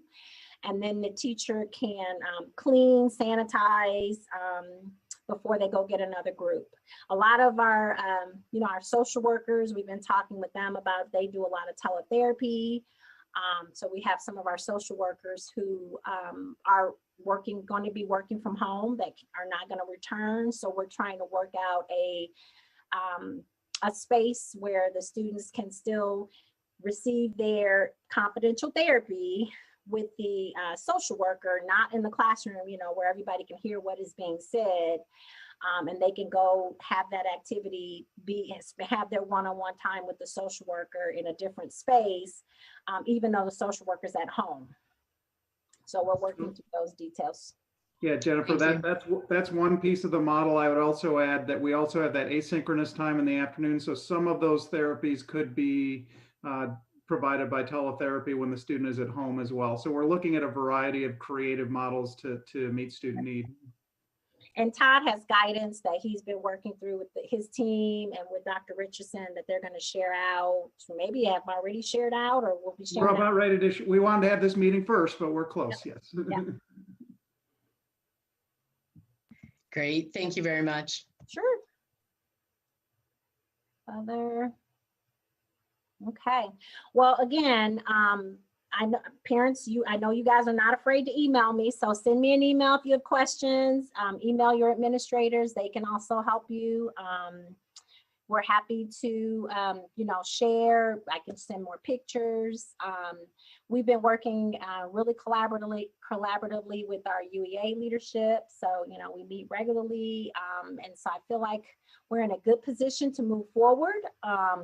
Hopefully we don't have a lot of, staff, kind of as Paul brought up, whose personal situations change between now and January, because as of right now, we have a really good solid plan and we'll be able to make this work. So, but it is going to depend on everybody, kind of 110% effort here to, do what we need to do to make sure we're fully present for the kids. So,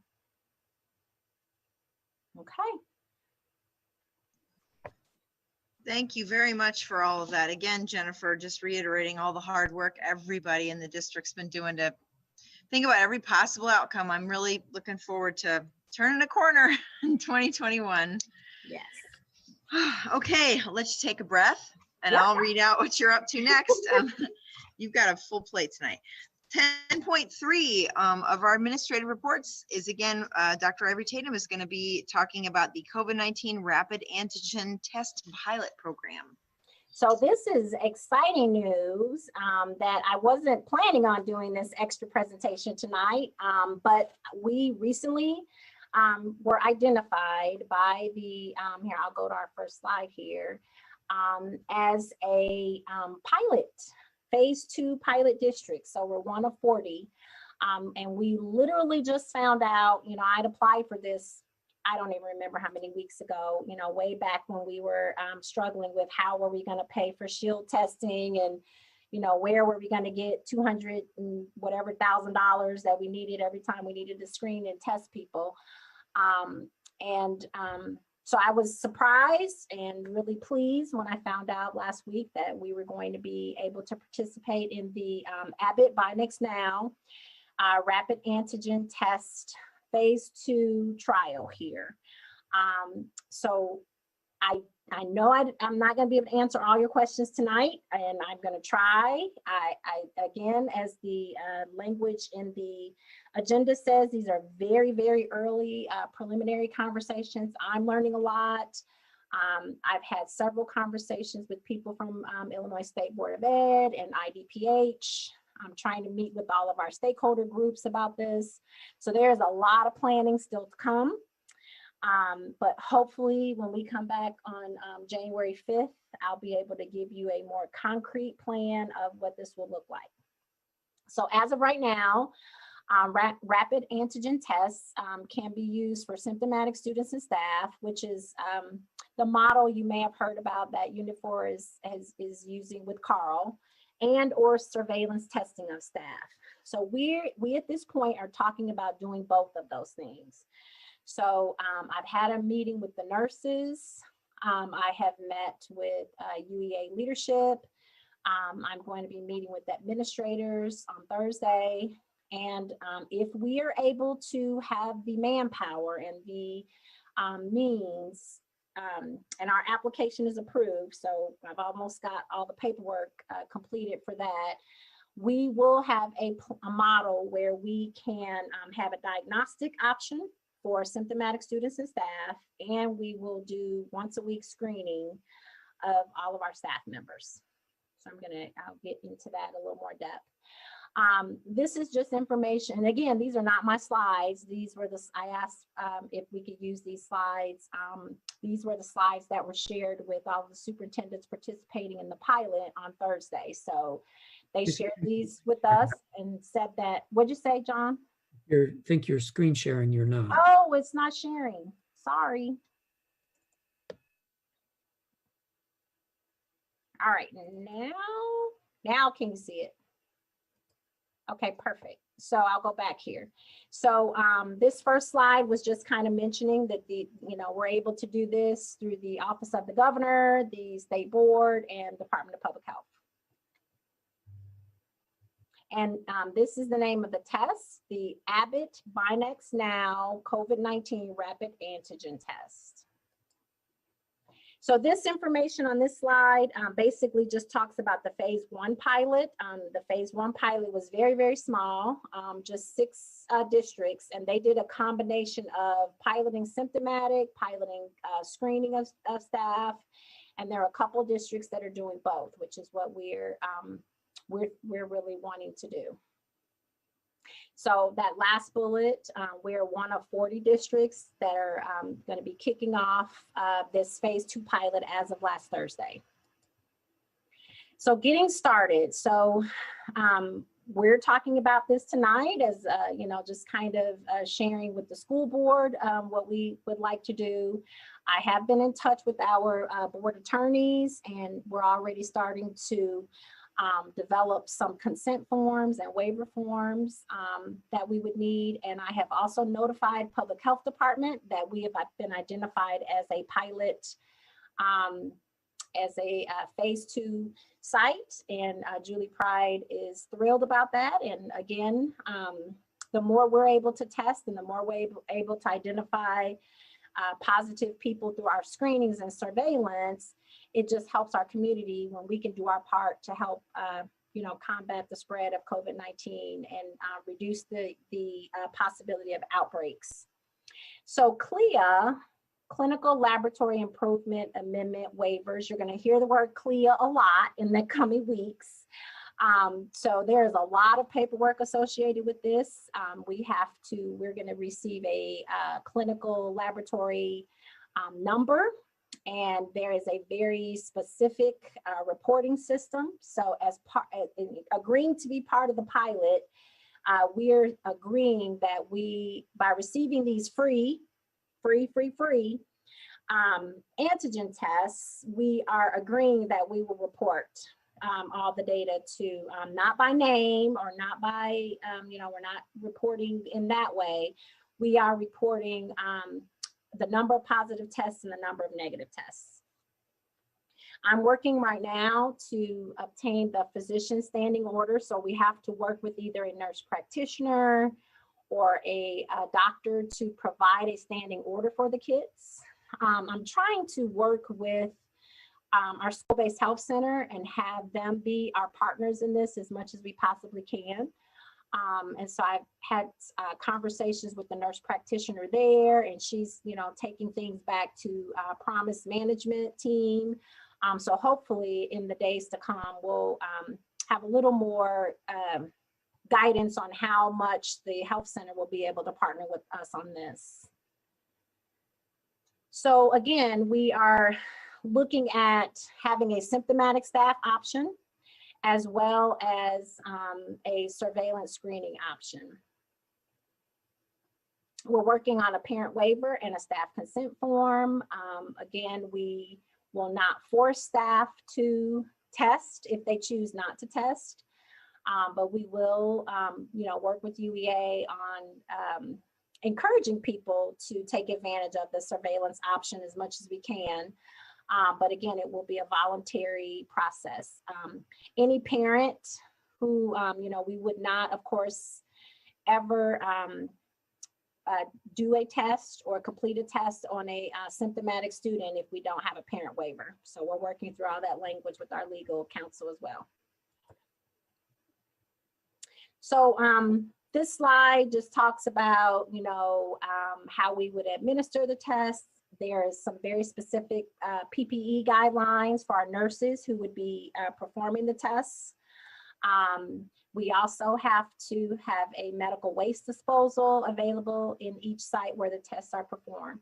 So right now in our buildings, we have an area that we have already designated as an isolation space for students that, when we do our temperature screenings, if somebody shows up and they have a 101 degree temperature, we have a space that we have those students go and wait.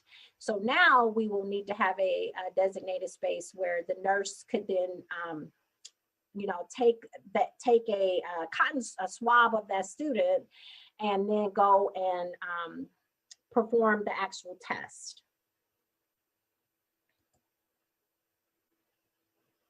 So we have to determine how many tests we need based on our protocols. We'll have to notify all parents and staff members if they're positive, as well as the local health department. And basically that is it.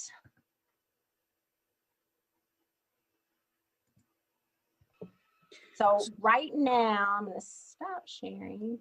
I do want to kind of just give you a visual of what the test looks like, because they actually showed us a kit. So it actually looks like a card about this size. Actually, it wasn't very big. And so kind of about this size. So the nurse would swab, that it's a nasal swab. So they've moved away from kind of having people having to put the cotton swab way up their nose. Now they kind of tell people blow a little bit and you just need a little bit. I know Anne's like, ugh. So then the nurse would then put the cotton swab in. It's like, it almost looks like a little greeting card. They apply the reagent, close the card up, and in about 15 minutes, the nurse knows whether or not the person is positive or not. This actual Abbott Binax Now current test is a second generation of the test. Based on some of the things that I've read and based on what Illinois Department of Public Health shared, the first generation of test had a very high false positivity rate. Illinois didn't use that test as much, but it was used in other states. I was told that, with this new second generation, the false positive rate is very low. It's less than 1%. However, there are some times, when you might get a negative test, and based on our nurses, there are experts. A nurse might have a symptomatic staff member or student come down who is showing 2 or 3 symptoms.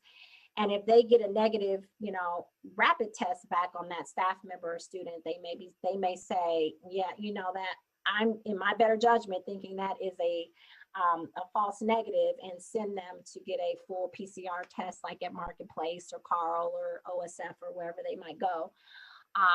But there are very specific protocols for that. So, we're not going to be reinventing the wheel or making any of this up. Illinois Department of Public Health has very set guidelines on, when you recommend somebody go and get an additional test. So what questions do you guys have?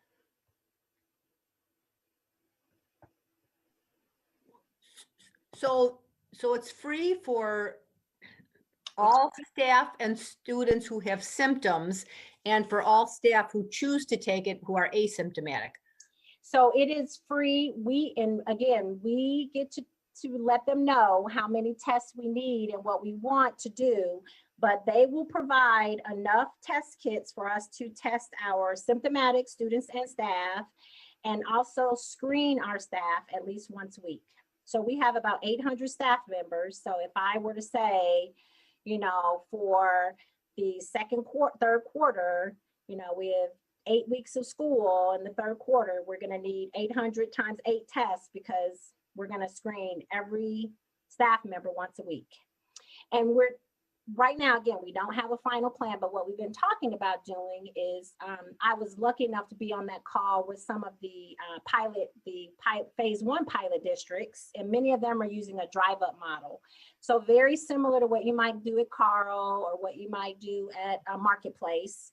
So staff, and this is kind of the model that I'm working with School-Based Health Center, because their location is just ideal for this, especially for the middle school and high school staff, because they have so many people. They have 100 plus people in those buildings.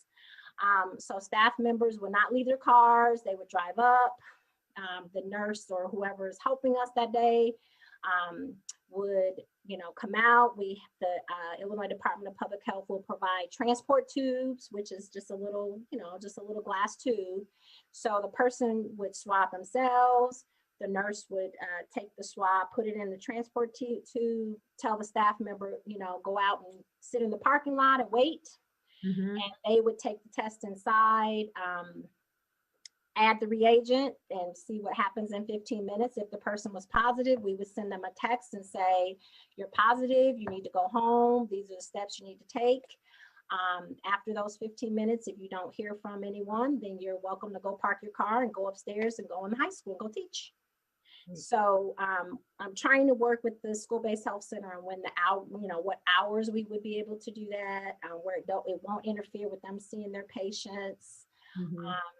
Elementary schools, we think, because their staff, the people in the buildings are a lot smaller, so they would just do their screening at their schools and not do the full drive up, model. So we'll come up with something different for early childhood and elementary, but again, it's voluntary. It's not a condition of employment. Teachers are not. No, yeah, it is. Yeah, your ability to test or not test is not a condition of your employment. Great. Now, I was on a different webinar today, and so what we might say to that staff member is, if you don't want to participate in the antigen testing, just for the peace of mind of colleagues and other people, we might say to them, hey, we would still like you to get tested regularly, because everyone else around you is getting tested regularly, and we would encourage that, but again, we can't force it. And again, this is not a vaccine, so nobody's, it isn't that we're pushing people to take anything or ingest anything. It is really just a cotton swab, and we let you know in 15 minutes if you're positive or not. And this was some interesting, I didn't put all the slides in here, of course, because I knew at this point in the evening we would be not wanting information overload, but just to give you an example, And again, these are examples from other districts, not ours, of course. And so in one particular district in the phase 1 pilot, they screened all their staff members in a day. So out of 443 staff members screened, 7 of those staff members were positive, who had no symptoms, who were just walking around, not knowing they were positive. They went through the screening and the antigen test showed them as positive. So the potential for us to be able to really manage outbreaks, really help us with that whole people being carriers and people being asymptomatic and not knowing it, or having it and not knowing it, will really give us a lot more, it just will help with that. And then our protocols will be, we'll just go right to our quarantine scenario. So when we text that teacher and say, hey, you may not know it, but you're positive, and send them home, then our protocols go into place, right away. So depending on what day of the week it is, if all those kids were in school with the teacher the day before, then we would probably quarantine everybody.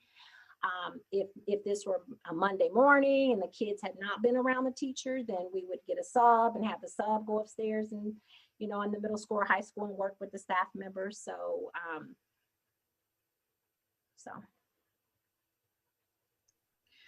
I have a question about reporting the results. Is this going to work similarly to, you may have said this already, sorry, like the U of I, when they have an app and all that stuff, the Safer Illinois app, but then if somebody does test positive through the U of I testing, it's automatically reported to the Champaign-Urbana Public Health Department. So is that also going to happen for us?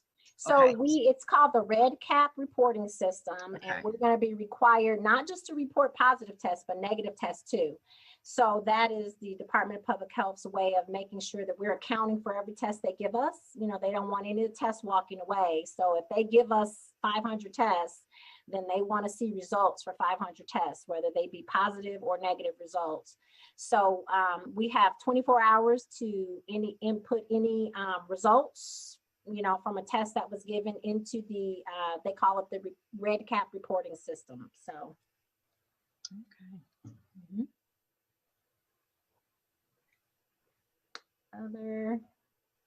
So again, I know it is, oh, John, go ahead. I saw you unmuted. Yeah, I really appreciate, this is great news. It gets us as close as possible to the university model, which hopefully will enhance the safety of the return of our staff and students to the buildings. So that's great. That's wonderful. I just want to throw out there that I think it's probably time, with all these great forward moves in getting our schools and stuff reopened, it's probably time that we begin to think about a strategy to, what's good for the goose is good for the gander.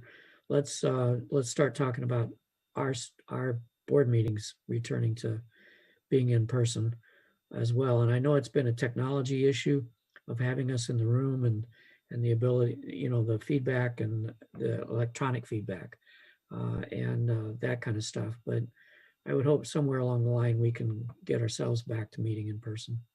John, I'm glad you said that, because I know Jason's on here. I just emailed Jason yesterday, and our administrative personnel person, I don't want to, say his name or anything yet because he hasn't been approved, but he very much wanted to be in person tonight, and he was a little disappointed when he found out he couldn't do that. And so I shared with him why we, like you said, we have a lot of, kind of system issues, we have feedback issues, we have sound issues. So he actually has a fix for that. And very quickly, he said to me yesterday, oh, I know how we could do that, where you guys could be in there and the people, because there are a few of you who will continue to want to Zoom for different reasons. And, where you guys can still be in the Zoom and the rest of us can still be in the board room, and the sound can, we can hear you through the Zoom, you guys can hear us, and we don't have to have all these, the headphones and all the feedback issues. So he already very quickly, he said, well, connect me with your UPTV person. So I emailed Jason yesterday, and he is going to start that conversation with Jason, because you're right, John. I mean, we're all anxious to be back in the boardroom too. But again, we have to work out some of our technological needs in order to make that happen. So, but yeah, our person coming on already has a plan for that. So hopefully January, we, when we're all testing and, down the line, when we have some vaccines in place, we can get back in the boardroom. So I'm with you. That's good, because if we're asking our adults who are employees to be there in person, then we should be willing to do the same. I agree. I just thought of one other question, and please forgive me if you've already answered this because it's getting late. Is there an end date in sight for this? Did they tell you when we'll know we're finished? No, they did not give us an ending date at this point. They basically told us to plan for the number of tests that we'll need for the rest of the school year. That's great. So, Wow, that's and really again, great. I can't say enough. Free, free, free. Have you guys seen that commercial on television? Free, free, free, free, free, free, free, free. So yes, it is so exciting to be able to offer an option like this to our staff and our students, and it be free. So That's phenomenal. I guess it's because we're so close to the U of I that we kind of, and especially if we have family members or friends who work or study there, that we see how they're doing it and we want a piece of that pie. And we're just so lucky to be able to, and it's like clockwork for them. I know with my own family members, they, we're all at home, but they're still saying, all right, I got to go into campus because I got to get tested today. And it's just kind of part of the routine. And I'm hoping everybody in our district kind of sees it the same way, that it's not a judgment call on anybody. It's just there to be an additional layer of service to help all of us stay healthy. And I think by and large, that's what people at the U of I who get it done treat it as. It's just another part of the routine. So sure. This is great. I'm so pleased. Thank you. Mm-hmm. Any other questions from board members before we move on? Okay, well, I'm sure you'll be letting us know more information whenever you hear about it on this program. And I'll bring back a more formal, again, these were the Illinois, ISBE slides, but I'll bring back a more formal, just like we do with everything else, with pictures and graphics and, where we're testing and who's doing what. And so we'll bring you all that back in January. It's just too hot off the press to have all that ready right now. Yes, so lots of conversations that still need to happen between now and then. So great. Well, thank you. You can take a breath now, and I'll take over. 11.0, we're going to move on in the agenda to our action items for tonight. And I'm starting with the consent items. Starting with 11.1, the minutes from the November 17th, 2020 business meeting and the December 1st, 2020 study session are on the agenda. 11.2, we have bills and checks, starting with the education fund bills in the amount of $653,000, O&M fund bills in the amount of $203,000, bond and interest fund bills in the amount of $265, transportation fund in the amount of $20,000, working cash bonds in the amount of $506,000, tort in the amount of $810, life safety levy is $66,000, payroll, salary, and benefits in the amount of $4.2 million, and Urbana adult education in the amount of $86,000. We have 11.3, the approval of various personnel items requested, as usual with the end of the school year. 11.4, interfund loans. The following interfund loan will be requested to cover necessary operating costs of the school district until the next meeting for the board, which is a loan from working cash to be moved to the tort fund in the amount of $200,000.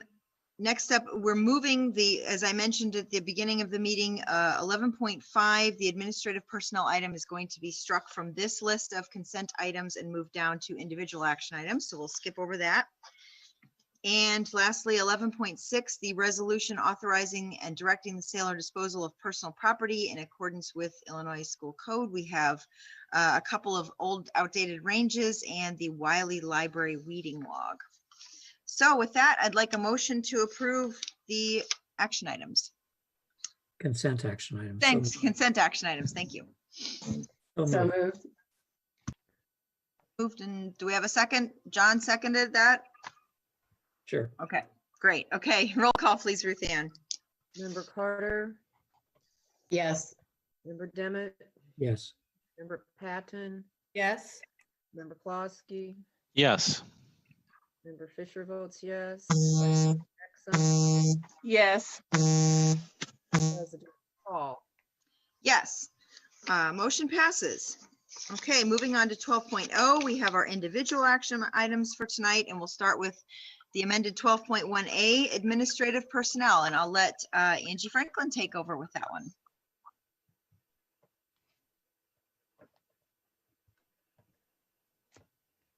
All right, good evening, everyone. For our administrative recommendation, we would like to bring forward an administrative recommendation for our Chief Information Officer. We would like to recommend John Gutzmer for the role of Chief Information Officer. John Gutzmer received his bachelor's and master's degrees from the University of Illinois in general engineering with a specialization in computer science. He managed the IT services and high performance computing for Caterpillar's Champaign Simulation Center from 2006 to 2009. John then worked as the manager of IT infrastructure for Wolfram Research, where he supervised the expansion of global operations to 3 new offices and 6 co-located data centers. In 2016, John accepted a position as the Director of Information Systems and Network Security for Champaign Schools. While in that position, he chaired the Infrastructure, Support, and Security teams for the District Technology Planning Committee. He supervised the IT aspects of 8 major construction projects and oversaw complete network and wireless infrastructure upgrade. He planned and implemented a successful one-to-one deployment of student devices. He worked for equity and to close the digital divide in the district through all aspects of his job. Most recently, John has spearheaded the Unit 4 technical response to the COVID crisis, including distribution of devices and internet resources. It is not often that you find a professional with a deep background in technology who also has experience working in the private sector as well as working in schools. John is excited to bring his talents to the Urbana School District as Chief Information Officer and to take on our mission to ensure that all learners acquire knowledge, develop skills, and build character to achieve personal greatness and help create a better global society. John Gutzmer was selected by both the Level 1 and Level 2 committee as the #1 candidate. The Level 1 committee was made up of 16 members. There were teachers, teacher leaders, principals, district administrators, members of our technology team. We did post it nationally, and we had people selected, candidates that had applied from out of state, and John was the #1 choice from both Level 1 and Level 2 committees. And so we would like to present to you a recommendation to hire John Gutzmer as the Chief Information Officer for Urbana School District 116. Move the administrative recommendation. Second Second. that. Moved and seconded. Roll call, please. Member Carter, Yes. member Demmett, Yes. member Patton, Yes. member Klosky, Yes. member Fisher votes yes. Vice President Exum, Yes. and President Hall. Yes, motion passes. Welcome aboard, Mr. Gutzmer. It's great to have you. Does John wish to say anything? You want to say a few words, John? Thanks so much, Angie, and everybody. I really appreciate it. And thank you guys all for this opportunity. I just want to let you know how committed I am to technology and education and how excited I am to continue this work at USD 116. I think we've all realized this last 9 months, the importance of having a strong technology foundation for our teachers. And I really look forward to working with district staff to keep advancing that mission in the district. So thank you guys all so much. Okay. Thank Welcome. you. Great to have you. We're looking forward to working with you in the new year. So thanks for sticking with us tonight before we can talk about you being a part of the family. Yes, then he was telling us how we could all meet in the boardroom without having to wear headphones and having feedback and all of these other issues. And so we're looking forward to maybe moving forward in our technology at our board meetings as well. So we have some catching up to do. So we're looking forward to being able to do that soon. Yay. Thank you.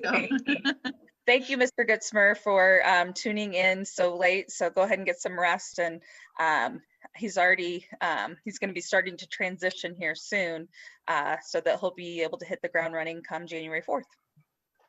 Yep, I look forward to working with you all and seeing you around. Thanks again. Thank you.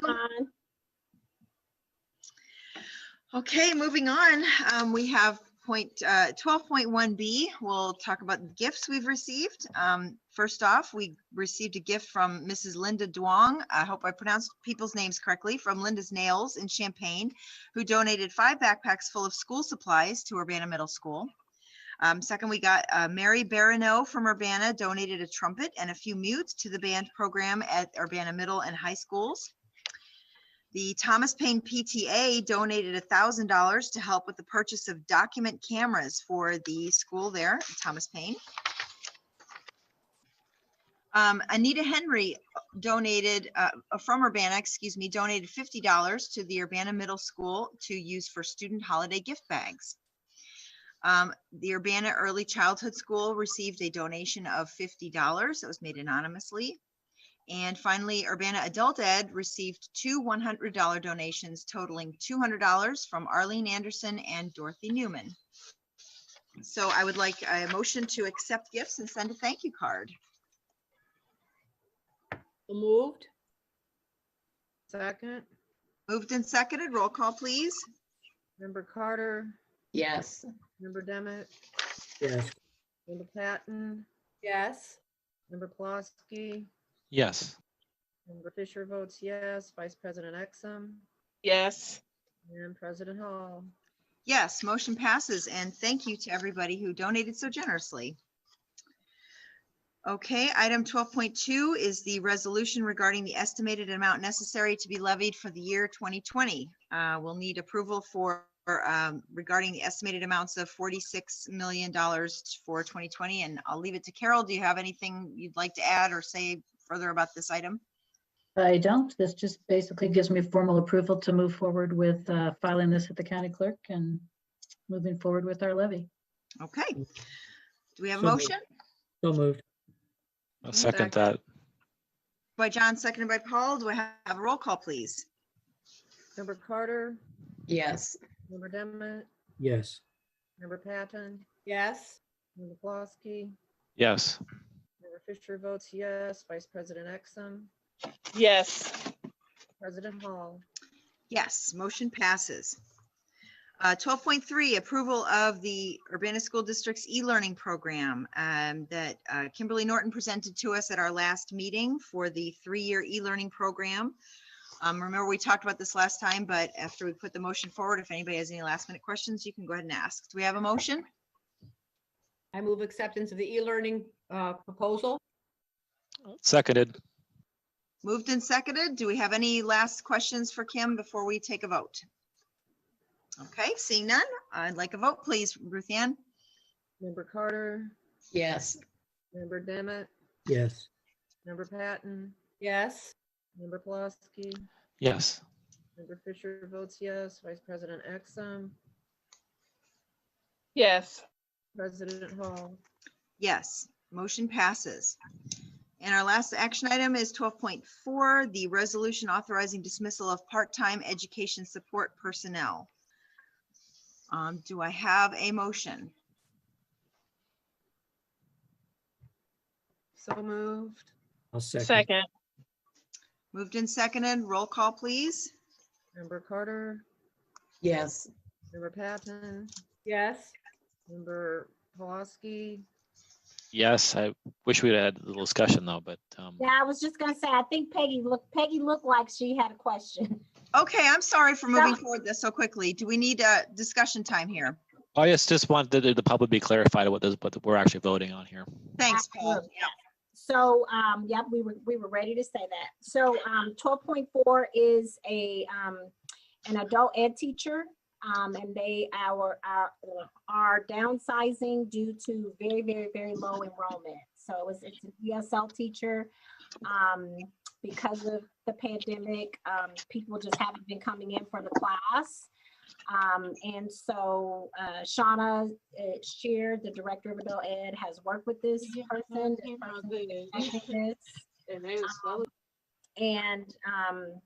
So it isn't a surprise to them. So it's basically due to lack of enrollment, very low enrollment in a very specific ESL adult education class. Okay. So we can make the statement that this is due to enrollment, not due to performance. Absolutely. I think that's important for the public to understand that the why behind here, and this is not a reflection on this person's abilities. Absolutely. Thank you, Paul and John and everybody for stopping me before we got too far. I apologize for rushing through that. It's okay. Do we? I had just called Paul's name when we got stopped. I vote yes. Thanks. Okay. Okay, thank you. And Member Fisher votes yes. Vice President Exum Yes. and President Hall. Yes, motion passes. Well, you forgot to call me, so I vote Oh. yes. Oh, what? Okay, sorry, John. That's all right. Member Demet. Yes.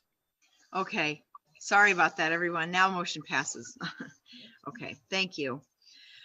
Okay, we finished 12.0. Now we're moving on to 13.0, which I mentioned earlier was the call for tonight's executive session. So for anyone in the public who's viewing this meeting, we're going to go into closed session for a brief moment and then discuss what we need to discuss, and then we'll go back into open session. So during that time, the screens, I don't know what happens to the people's video screens, but stay tuned. We hope it isn't too long of a meeting. So with that said, I need a motion from someone to please go into a closed session.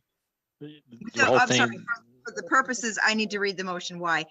We're going into closed session for the purpose of discussing the purchase or lease of real property for the use of the district, including meetings held for the purpose of discussing whether a particular parcel should be acquired, and the setting of a price for sale or lease of property owned by the district. I'm sorry, Paul, for interrupting you, but No, now, I was gonna say we had to read the whole thing. So yeah, so moved. right? Second. Did you get that? Who seconded that? Whether or I, either way. Okay, roll call, please, Ruth Ann.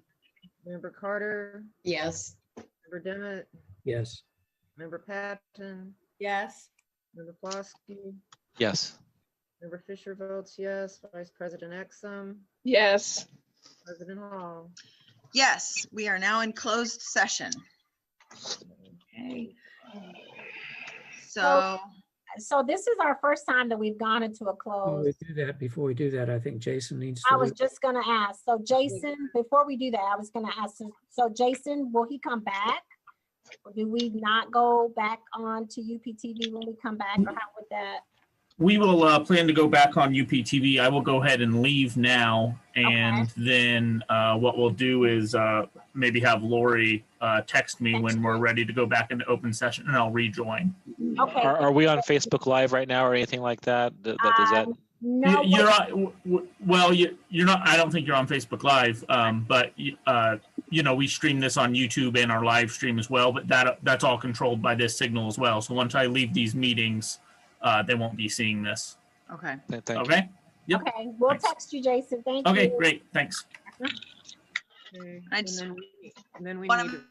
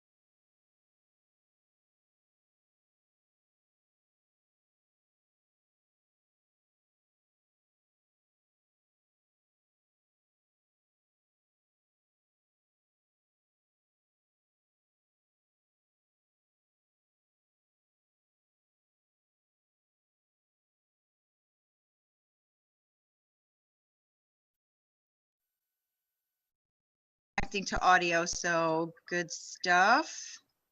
All right. Okay, looks like we're good. And Lori, you got everything you need, I'm assuming. So we are now back in open session for anybody who's still awake and watching our meeting. We are now ready to talk about action item, individual action item. Sorry, I heard some feedback there. I hope nobody was asking a question real quick. No, okay. So we need a motion starting with 15.1, the resolution for donation of real estate, where a consideration of approving the acceptance of donated real estate located at 303 East Fairlawn Drive in Urbana. Do I have a motion to accept? So moved. I'll second that. Moved by John, second by Paul. Roll call, please, Ruth Ann. Member Carter, Yes. Member Demmett, Yes. Member Patton, Yes. Member Pulaski, Yes. Member Fisher votes yes, Vice President Exum, Yes. and President Hall. Yes, motion passes. 15.2, resolution for purchase of real estate. I need a motion to consider the resolution to purchase real estate located at 1102 and 1106 South Vine Street in Urbana. I move approval. I second. Seconded. Oh, Tori got it. Peggy first, Tori second. Roll call, please, Ruth Ann. Member Carter, Yes. Member Demmett, Yes. Member Patton, Yes. Member Pulaski, Yes. Member Fisher votes yes, Vice President Exum, Yes. and President Hall. Yes, motion passes. Now 15.3, the resolution to approve the acceptance of the donation of real estate. The board would like to authorize the administration to pursue additional details regarding this motion and bring it back to the board for a vote by the end of this year. And again, for 15.4, the same is holds for the resolution authorizing the listing for sale and engagement of realty services for the sale and management of real estate at 510 North Cunningham. The board would like to authorize the administration to pursue additional details in order to bring them back to the board sometime before the end of this calendar year. So that's our individual action items taken care of. We will probably have a call for a future special or executive meeting after this one. We just don't know exactly what date yet, but it will be within the next week or so. And finally, 17.0, superintendent's report. So I can hold on to the superintendent report and I'll put it in my weekly update this week. Okay. Thank you, Jennifer. Hour. And I'll go ahead and do FOIA requests. So Smart Procure, purchase order number, if purchase orders are not used as comparable substitute is acceptable, i.e. invoice, encumbrance, or check numbers, purchase date, line item details, line item quantity, line item price, vendor ID, number, name, address, contact person, and their email address. And that has been satisfied. Okay, board reports. Do we have any board reports tonight? I just want to say I really appreciate that the Urbana High School put their academic monogram presentation online. It was really good to see. In some ways, I appreciated having the name and the face so I could see who everybody was. So kudos to the UHS administrators for making that happen. It was quite nice. Yes, it was very nice. And Peggy, since you're sharing a board report, I did want to let you know that the Urbana Free Library UHS Choir, I think they're calling it, what are they calling it? Let me find it. I have it right here. Say goodbye to 2020 at last. UHS choir, it is 4 o'clock, Urbana Free Library. So as soon as Mrs. Park we didn't want to put out the video before, since it is an Urbana Free Library event, but we'll share it out as well. Oh, good. Thank you. Yep. And okay, unmuted myself. I just had one PSA for board members that the Illini division had sent out a request for volunteers. If anybody wants to be a part of that email that Perry Hill sent us about commenting about board recognition services, please feel free. This Friday is the deadline for taking part in that volunteering effort. It's just to help board members in our school district and other districts to give themselves recognition for work and research that we do in our board capacity. And it's important that we all, stay up with our board work and volunteerism and learning about this districts and education in general. So if you have any thoughts of joining, please answer the email from Perry Hill. I have nothing else further though, so I know we're all tired. So if nobody else has any other board reports, I would like a motion for adjournment, please. So moved. Second. Fourth. Third. We have fourth. a motion and second, and all in favor, roll call, please. Sorry.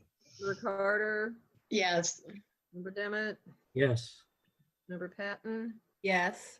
Member Pulaski, Yes. Member Fisher votes yes, Vice President Exum, Yes. President Hall,